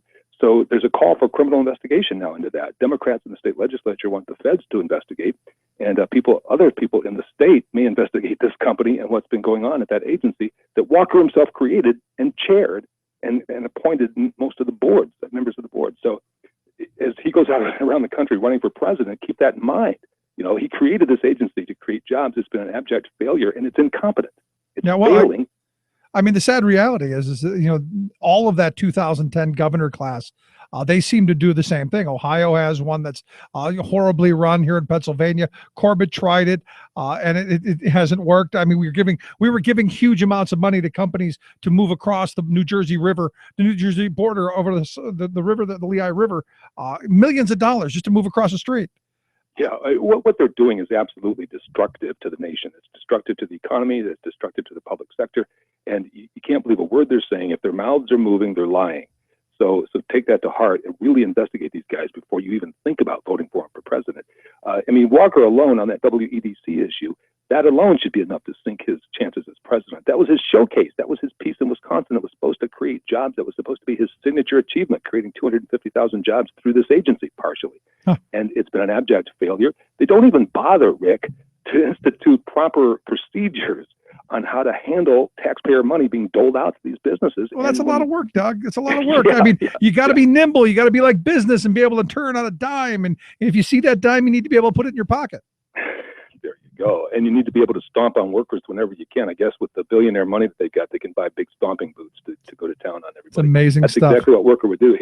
Walker, it's so embarrassing, Rick, to have a Kokor for governor in Wisconsin. It really is. K-O-C-H, David Koch, Kokor. And that's what he wants to do to the nation. In fact, when they move, he may call it the Koch Tower when he moves into the White House if he gets that opportunity. So God forbid. But it's just absolutely abysmal. And working people have got to wake up. They've got to get clued into what's really happening and get active to defend your interest and your liberty as Americans. Absolutely. Amen. Doug, I appreciate you taking a little time for us. Great talking with you. Look forward to having you back again real soon. Yeah, thank you for the opportunity, Rick. I look forward to next time, too. Always great. Doug Cunningham.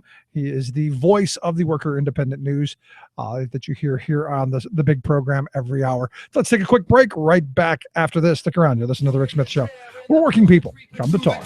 It's desperate times, so desperate measures we explore. Marching on the Capitol to lobby leaders for involvement. 3,000 people screaming out, "Where's our government?" Lawsuits and arraignments, members under company surveillance. Public divided, either they love us or they hate us. Profit billions off our back, and it's still not enough. They should have took into account that we never give up. We'll be here one day longer. The people's voice is stronger. We work hard for our money, we work hard for respect. Keep fighting for these rights for generations, it's next. One day longer.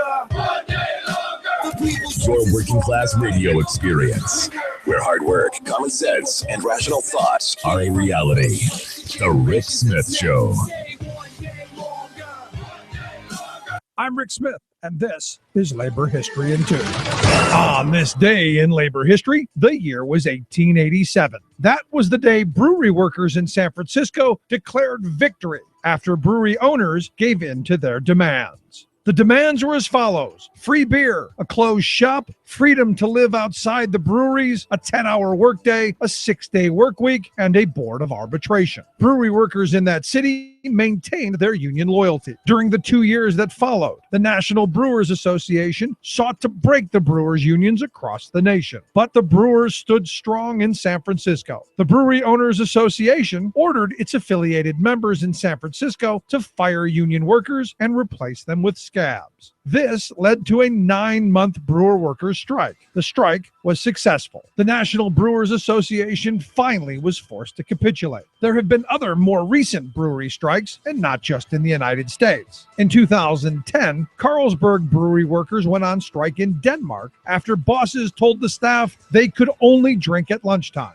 The warehouse and production workers in Denmark were rebelling against the company's new alcohol policy. Previously, workers could help themselves to beer throughout the day from coolers placed around the work sites. According to a company spokesman, the only restriction was that you could not be drunk at work, which was up to each and every one to be responsible. On July 9th, 2015, Polar brewery workers went on strike in Venezuela because the company delayed signing a contract and refused to recognize the union. The 4 Polar breweries make 80% of Venezuela's beer. There's no shortage of beer in that country. Venezuela is one of the 10 largest consumers of beer in the world. Labor History in 2 brought to you by the Illinois Labor History Society and The Rick Smith Show. For more information, go to laborhistoryin2.com. Tales of American Political History with Clinton Porter Hackney. We've been discussing the GI Bill, its impact on the country, and the leaders who created it and made it come to pass. In January 1944, the Servicemen's Readjustment Act was filed in the House of Representatives by Congressman John Rankin, and in the Senate by Senator Ernest McFarland.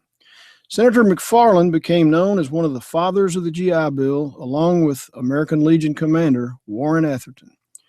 The legislation would be signed into law by President Franklin Roosevelt on June 22, 1944. But long before the passage of a new law, often comes the work of those whose names become obscure as the years pass. If McFarland and Atherton were fathers of the GI Bill, then what was Harry W. Comrie, who did more than either of them? And if they are fathers, isn't Edith Rogers the mother? Join us again for Comrie and Rogers. This is Clinton Porter Hackney at cphackney.com.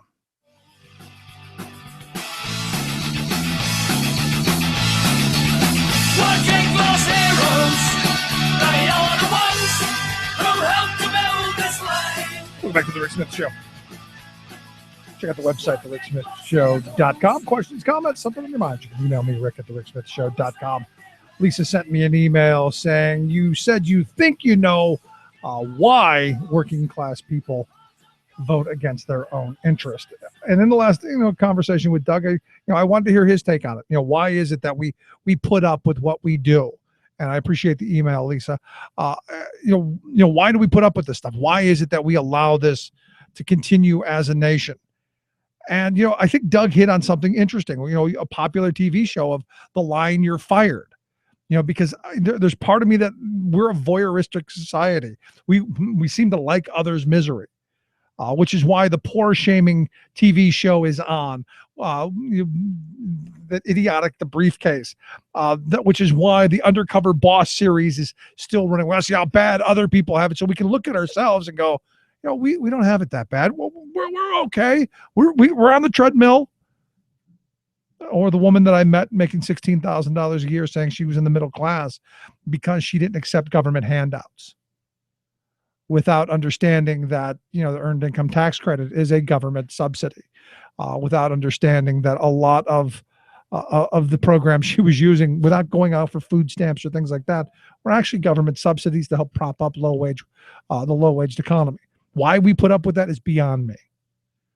Why we aren't in the streets more is beyond me. And when I see situations like in Georgia and in Louisiana or in Los Angeles, where these misclassified port truck drivers are saying, you know what, enough of us being the ones responsible for all of this, enough of us being the ones shouldering the burden, gives me hope that at some point we push back against this idiocy. It's frustrating to me. And you look at this presidential cycle. I mean, I cannot believe that Donald Trump is the front runner.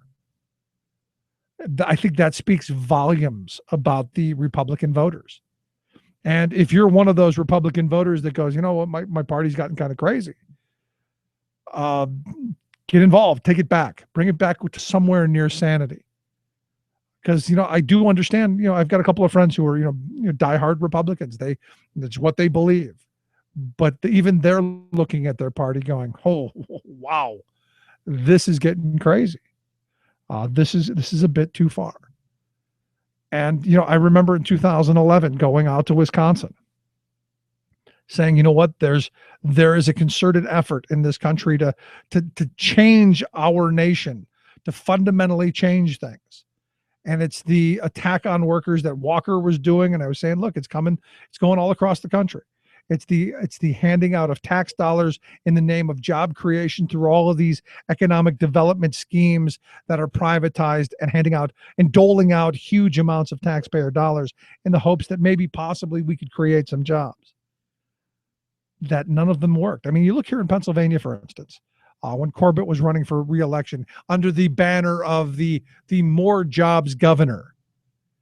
And I loved how he calculated, or his administration calculated, the number of jobs created in the Marcellus Shale industry. 200,000 jobs he was claiming. The sanitation worker in Philadelphia, the truck driver in York. I'm going, wait a second. That's kind of far away from the Marcellus Shale fields. Or my favorite one job, 5 people were hired and either quit or were fired. Those are 5 jobs. It was one job, just 5 people recycled through it. And they counted that as 5 jobs, which is really kind of interesting if you think about it. But thanks again for the email, Lisa. Let's take a quick break. If you've got any questions, any comments, you missed any portion of the program, you can check out the website at thericksmithshow.com. That's where the podcast is. Or I'll get the app on your phone. Take the program on the go wherever you're going. And as always, you can email me here, Rick at thericksmithshow.com. Right back. I'll never bend. I'm with you now until the end. Thought-provoking, intelligent conversation with a heart. The voice of the working class, Rick Smith.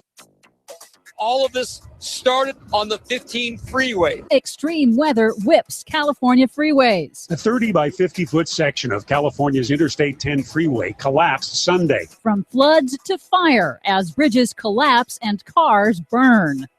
June 2015 was the hottest June on record. Plus, the Pacific has become a playground for cyclones. Global hurricane season is off to a record start. All of those records and more straight ahead from bradblog.com. I'm Brad Friedman. And I'm Desi Doyen. Stand by for 6 minutes of independent green news, politics, analysis, and snarky comment. Perhaps maybe people would be more for preventing global warming if we referred to it as taking a stand for preserving traditional sea levels.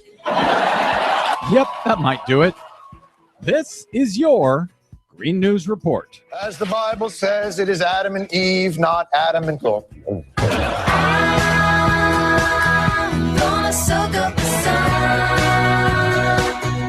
Okay, Desi Doyen, climate change seems to be coming home to roost out here in Southern California. Yeah, it's kind of disturbing. We'll start with what happened on Friday. In a shockingly apocalyptic scene, a major wildfire shut down Interstate 15 in parched Southern California. That's the primary corridor between Los Angeles and Las Vegas, all because of a fast-moving wildfire that overtook the freeway and cars stuck in traffic, forcing motorists to flee on foot. Cars were abandoned, and many of them, of course, caught fire and were completely burned.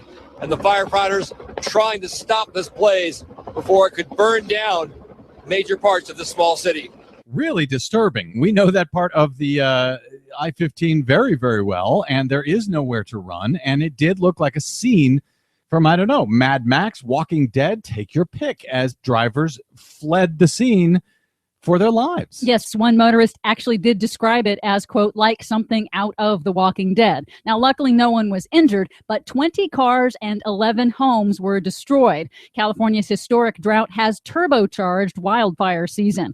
And making matters worse, a hobbyist's drone was reported flying near the fire, so the U.S. Forest Service was forced to ground all of its firefighting planes, which allowed the fire to expand unchecked. The Forest Service has launched an awareness campaign to let the public know firefighters are required to land whenever drones are spotted. In another section of Southern California, on Sunday, extreme weather whiplash shut down another vital transportation artery out of the state when unseasonal record rain triggered by Hurricane Dolores in Mexico caused flash flooding. A portion of the I-10 up between Arizona and the California line closed right now due to a bridge collapse. Flooding, though, also blocking all the lanes in the area and has shut down the highway. It's not known when the lanes in both directions on the 10 are going to reopen. And we know that section of the I-10 well. Also, there is nowhere to go when that highway shuts down. I had to double back into Arizona and then south down to Yuma. It was pretty much a 7.5, 8 hour detour. So yes, between droughts, floods, bridge collapse, climate change, the climate crisis is really coming home out here in Southern California. Yes, now mark that. It's two major arteries that ship people and products out of Southern California. Both of them shut down to extreme weather impacts, just like what happened in Oklahoma and Texas last month. It's demonstrating once again that our nation's aging infrastructure is not designed for, and we are not prepared to deal with, these extreme weather impacts. Meanwhile, NASA announced late last week that June 2015 was the hottest June on record, tied with the Super El Nino year of 1998. Is that globally or here in the U.S.? That's globally. And now the National Oceanic and Atmospheric Administration has announced that the first half of this year has been the hottest first half of any year on record, meaning it's now all but certain that 2015 will be the hottest year on record. Remember the beginning of last year when all the climate deniers were saying there hasn't been any warming in like 17 years? Yes, I do. It's really cute, isn't it? That heat is brewing a record hurricane season, already reaching a record 11 named storms for 2015. That's combined for both the Pacific and Atlantic Ocean basins. Meteorologist Paul Douglas on MSNBC's Ed Schultz show explains that the rapidly warming Pacific is supercharging typhoons and hurricanes. I'm seeing some numbers in the middle Pacific that are just staggering. They call it ACE, accumulated cyclone energy. And it's 22 times greater than it should be this time of year in the central Pacific. Yeah, you know, we've had all kinds of storms, cyclones, and typhoons, as they call them in the Pacific, that have hit in Japan, in Mexico. But, you know, they didn't hit Florida, so they never really happened at all here in the U.S. And to give you an idea of just how unprecedented this hurricane season is in the Pacific, since 1949, only 3 tropical storms in total have formed in the normally dead quiet Central Pacific. But this year, there have been 3 storms since January alone. Amazing. Buckle up. For much more on all of these stories and the ones we couldn't get to, please check out our website at greennews.bradblog.com. I'm Brad Friedman. And I'm Desi Doyen. And this has been your Green News Report.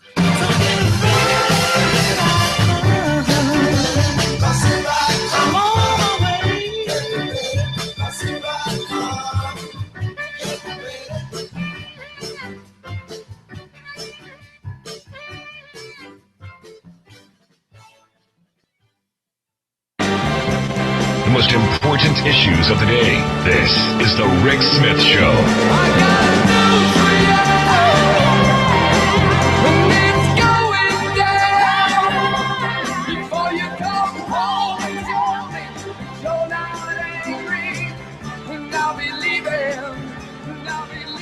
So while the clown bus is filling up on the Republican side of the aisle, you kind of got to wonder on the Democratic side how many folks are going to come around to throw in their name. And I'm waiting for Joe Biden to throw in. Look, I think you got to step forward and say, I want to be the guy to to ascend the next step.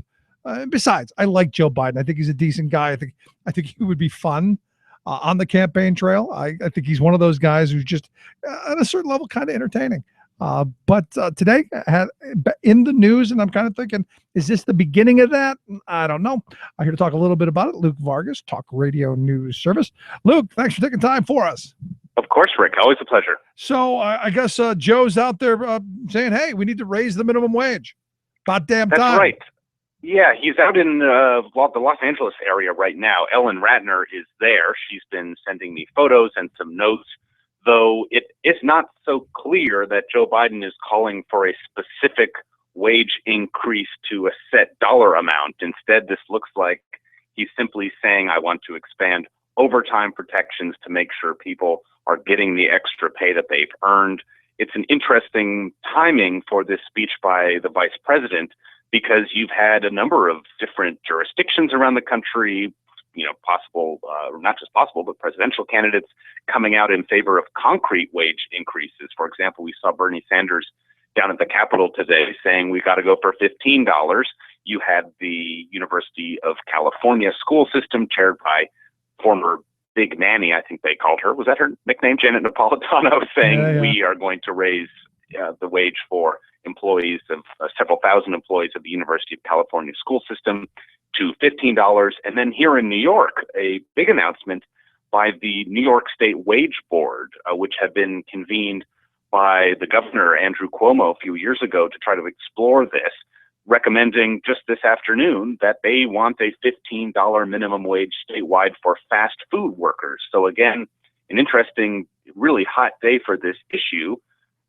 Again, I wish I knew if there was a concrete wage that the vice president is calling for, given that our president has had so much difficulty with the $10.10 wage. I am hardly of the guess here that Biden is going for 15. But again, interesting that this is all lining up on one day. Well, I mean, you can do the 15 like they did in New York. I mean, it doesn't go to 15 until 2021, as I understand, which is well down the road. I mean, we're talking 6 years away. So you can say 15, but 15 doesn't mean today. That means a long journey to get to there. And if I'm Biden, maybe I throw that kind of a 15 out. I know the folks who are pushing for the 15 and a union, they're talking about now. Right, and there are a really vocal contingent of folks out there who have been met with actual success in the past few years, who called for that $15 immediate increase. But again, even some of the bolder suggestions we've seen today do have some tapering involved. It's my understanding Senator Sanders' proposal is a gradual increase. The one we saw from the wage board in New York, they wouldn't see implementation of that $15 fast food wage until 2018 and then 2021 for the rest of the state. I've long wondered why New York allows the rest of New York state to drag behind the necessary and progressive policies that New York City has moved through. This sort of excuse that somehow the 12 million people in New York and all the businesses that could, I guess, claim it's so difficult for us to raise these wages would need more time out in the boonies than they would in the city. But again, I guess that's reflective of the political landscape in New York, and it won't be until 2021 when that $15 fast food wage comes into effect. Well, the argument has always been that the cities are more costly to live in. You need to have a higher income because it's a higher cost of living than you do in more rural areas, and where the wages can be lower and you can get rent cheaper and transportation's cheaper and those kind of things. Or so the claim is. And I'm with you. I think if you have a minimum wage, it should be something that's across the board. Yes, I want to point out, and this shouldn't be surprising to anyone who is in favor of these wage increase calls, but there has been an attempt to circulate some negative stories about all the risks of this today. I saw a story by Fox News that I would never have published if I were editing it, given how faulty the sourcing seemed to be. They quoted, I guess in Seattle, where they have implemented this $15 wage, they quoted a single company, which had said some of its employees, some at a small company, had been calling for the company to decrease the amount of hours they were working every week because this higher wage was pushing them into an income bracket where they're losing out on all their awesome benefits. Again, they That's also the point. quoted some anonymous restaurants and restaurant owners who were saying they were encouraging their patrons not to tip anymore because of the increased cost of employing people. Look, I think this is faulty reporting in the first place. And second, I don't think anyone should be frequenting a business or should ever listen to a restaurant manager or manager otherwise who's going to tell people how they shouldn't tip. I think that's just crazy. And I'm very certain this does not represent a majority of businesses where that kind of statement by an owner to patrons, I don't think would go over very well. So this seems like it's being blown out of proportions and really sort of fits into that talking point that this is destructive to job growth and to workers, in fact, to raise the wage. I mean, for me, one of the arguments, if you buy the one employer saying that my employees are coming and telling me not to work so many hours, the idea to me is we've propped up the low wage economy for so long with food stamps and LIHEAP and school lunch programs and all kind of things that the taxpayers have funded. That to me, raising the wage is getting people off of that and making employers pay their employees so that folks can live. Right.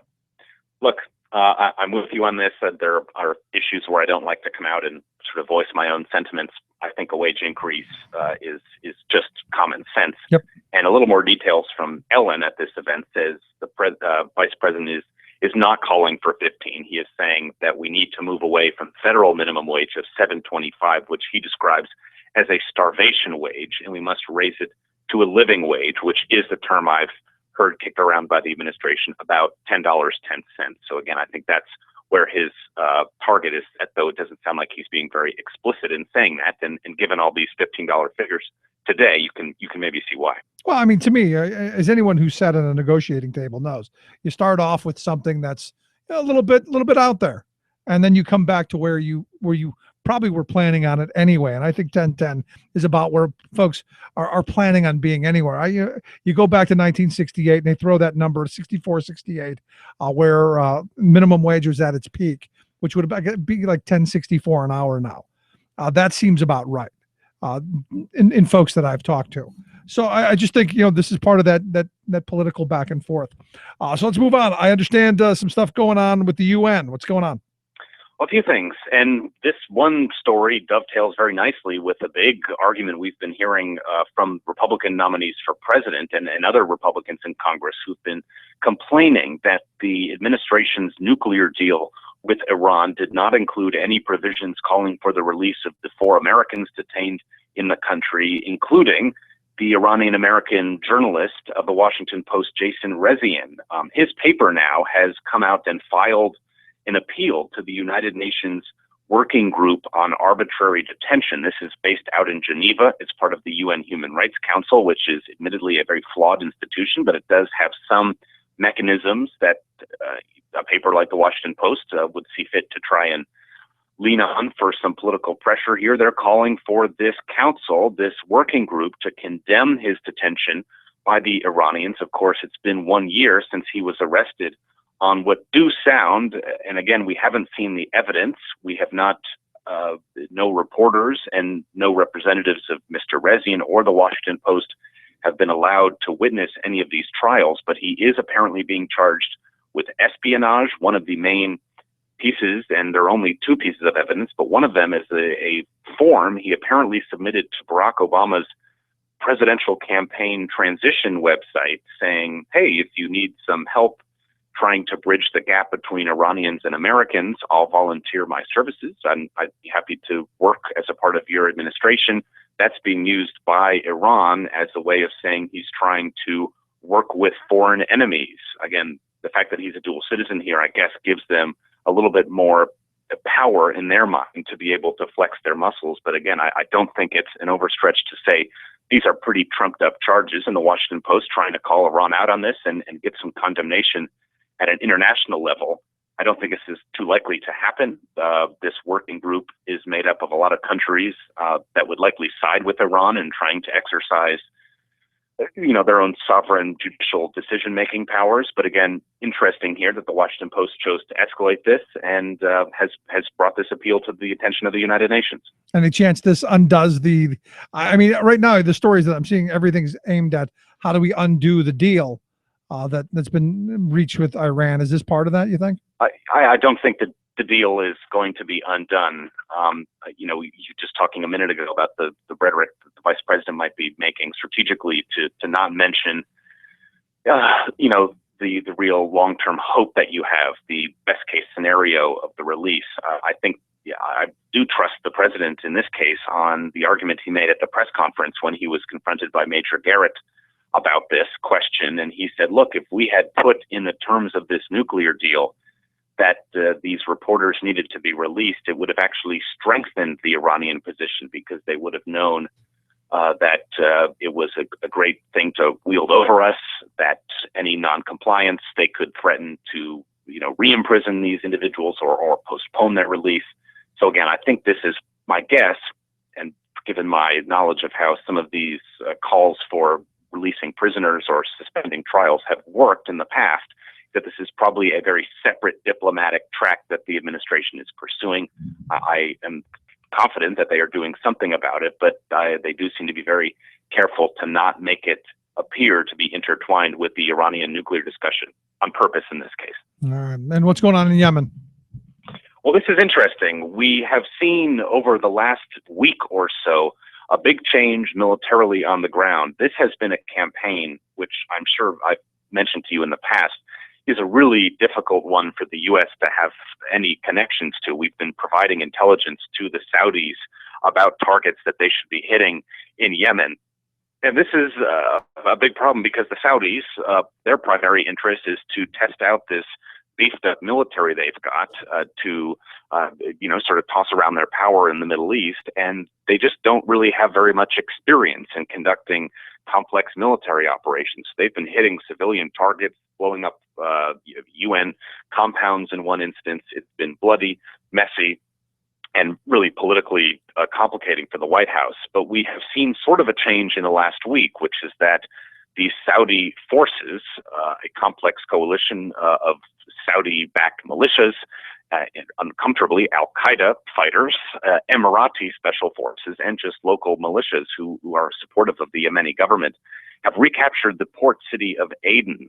This is important in my work because the United Nations has identified Yemen as probably one of the worst humanitarian disasters in the world. You've got 80% of the population in that country facing severe humanitarian disaster. There really are very few countries in the world, even a country like Syria, where the percentage of people affected is as high as it's been in Yemen. It's a country that imports 90% of its food. It has hardly any water, any oils for people to cook with. So again, when you have fighting flare up, humanitarian concerns are just so pressing. And this recapture of Aden, pushing out these Iranian-backed Houthi rebels, has opened up this port to humanitarian workers. The UN is putting in, docking its first ships this week, and it looks like this city is going to be the staging grounds to try and recapture the whole country. So again, this does sort of seem like an in-the-weeds story for those who are not familiar, but there are millions of lives at stake here. I'm not rooting for one side or the other in this fight, but if, for example, the military progress we've seen this week allows airports and ports to become usable for humanitarian deliveries, it's hard to say that's not a good thing. So again, sort of a monumental shift on the ground in terms of military control and, by extension, humanitarian access. Good stuff. And finally, I understand Eli Lilly has a new drug out on Alzheimer's. Yes, saying it's out is not correct. It's a few years away from market, if indeed it's going in that direction. But this is a drug that Eli Lilly has been working on for years. Alzheimer's is such a tricky issue. You really want to announce good news when you have it. I've got two grandparents who are really going through this right now, and I'm just always crossing my fingers day in, day out for some good news. Eli Lilly's drug, we have heard today from the company, has completed 1.5-year-long phase 3 trial. So that's the most intense, serious level of trial we hold here in the United States. And it's showing about a 30% slowing in the development of cognitive function decay in early onset Alzheimer's patients, which again, you'd hope for as large numbers as you could get, but 30% when you're talking about a condition that decays mental cognitive functioning for years could mean a significant improvement in quality of life and a delay of symptoms. So again, this is very preliminary. These trials are going to go on for another year, but today this constitutes sort of the greatest breakthrough that's really ever been publicized. And at the very least, what this is going to do is convince a lot of other companies who have abandoned their Alzheimer's drug research in the past few years to go back to clinical trials and resume them. One of the things that Eli Lilly did here was that separated them from others was they were able to identify probably the best group of people to be submitted to trials ever, essentially. They were able to use advanced diagnostic techniques to figure out those people who were actually developing this condition slowly. In the past, there were sort of false positives for whether you were likely to develop this condition. So advanced screening here has identified a much better group of people to look at.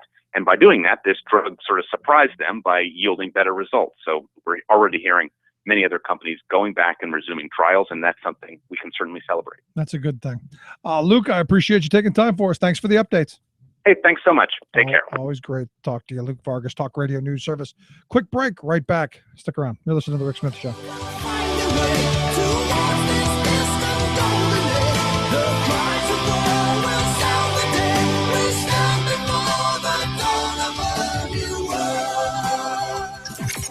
Radio of, for, and by we the working people.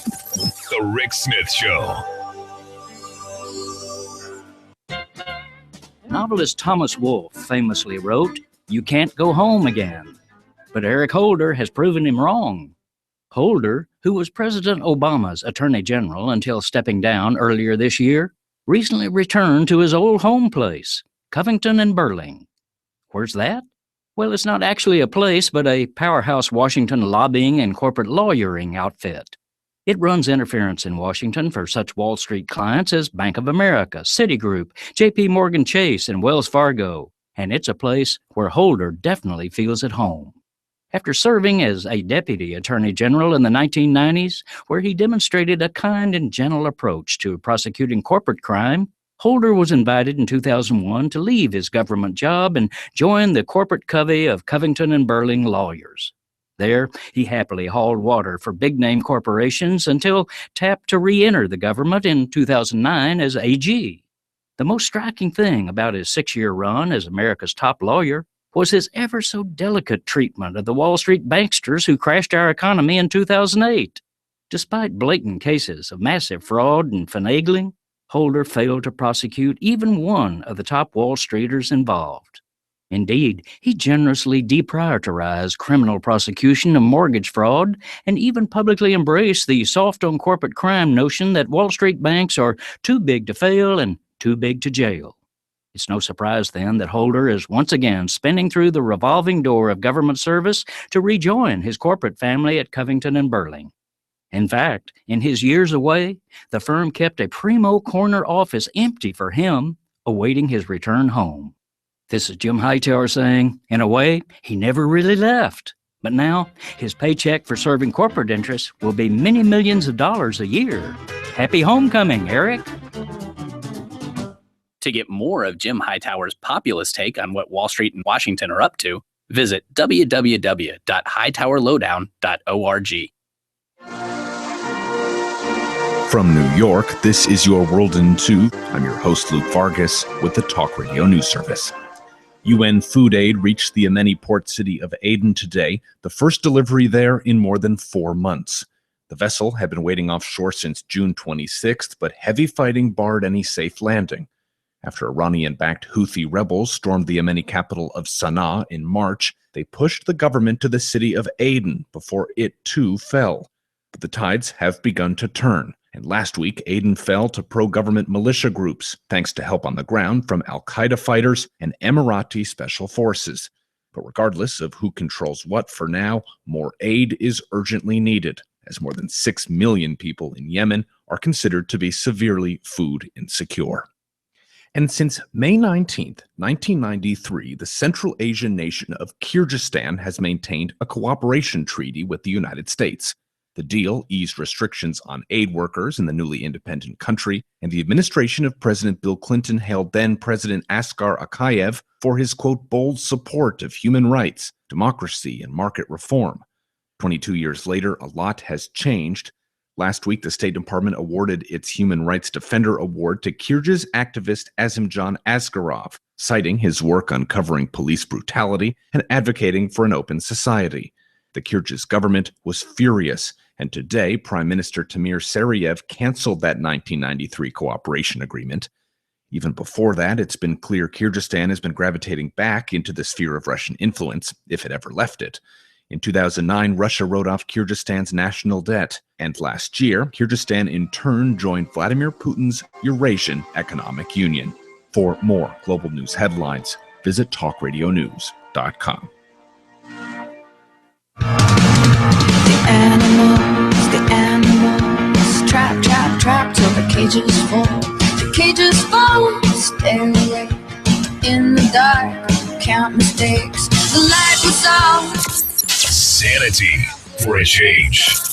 The Rick Smith Show. The day is new, and everyone is waiting on you. And you got time. Welcome back to the Rick Smith Show. Check out the website, thericksmithshow.com. Big news today. Governor Wolf's chief of staff stepping down. Going to be resigning on Thursday, I guess, so that she can run for the U.S. Senate. Katie McGinty throwing her hat into the ring to run against Sestak. And you got to wonder how much of this is tied to Jim Burns stepping down as the head of the Democratic Party here in Pennsylvania.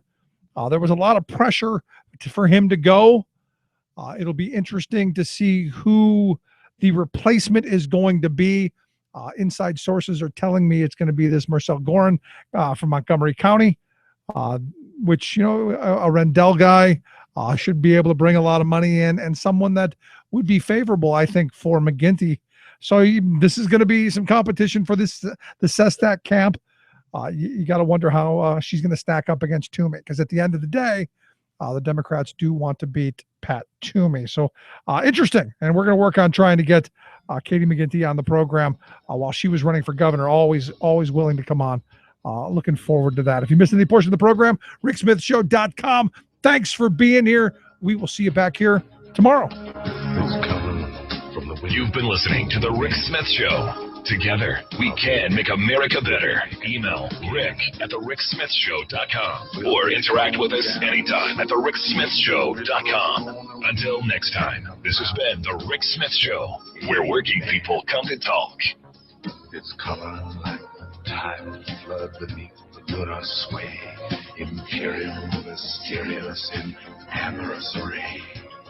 Democracy is coming to the USA.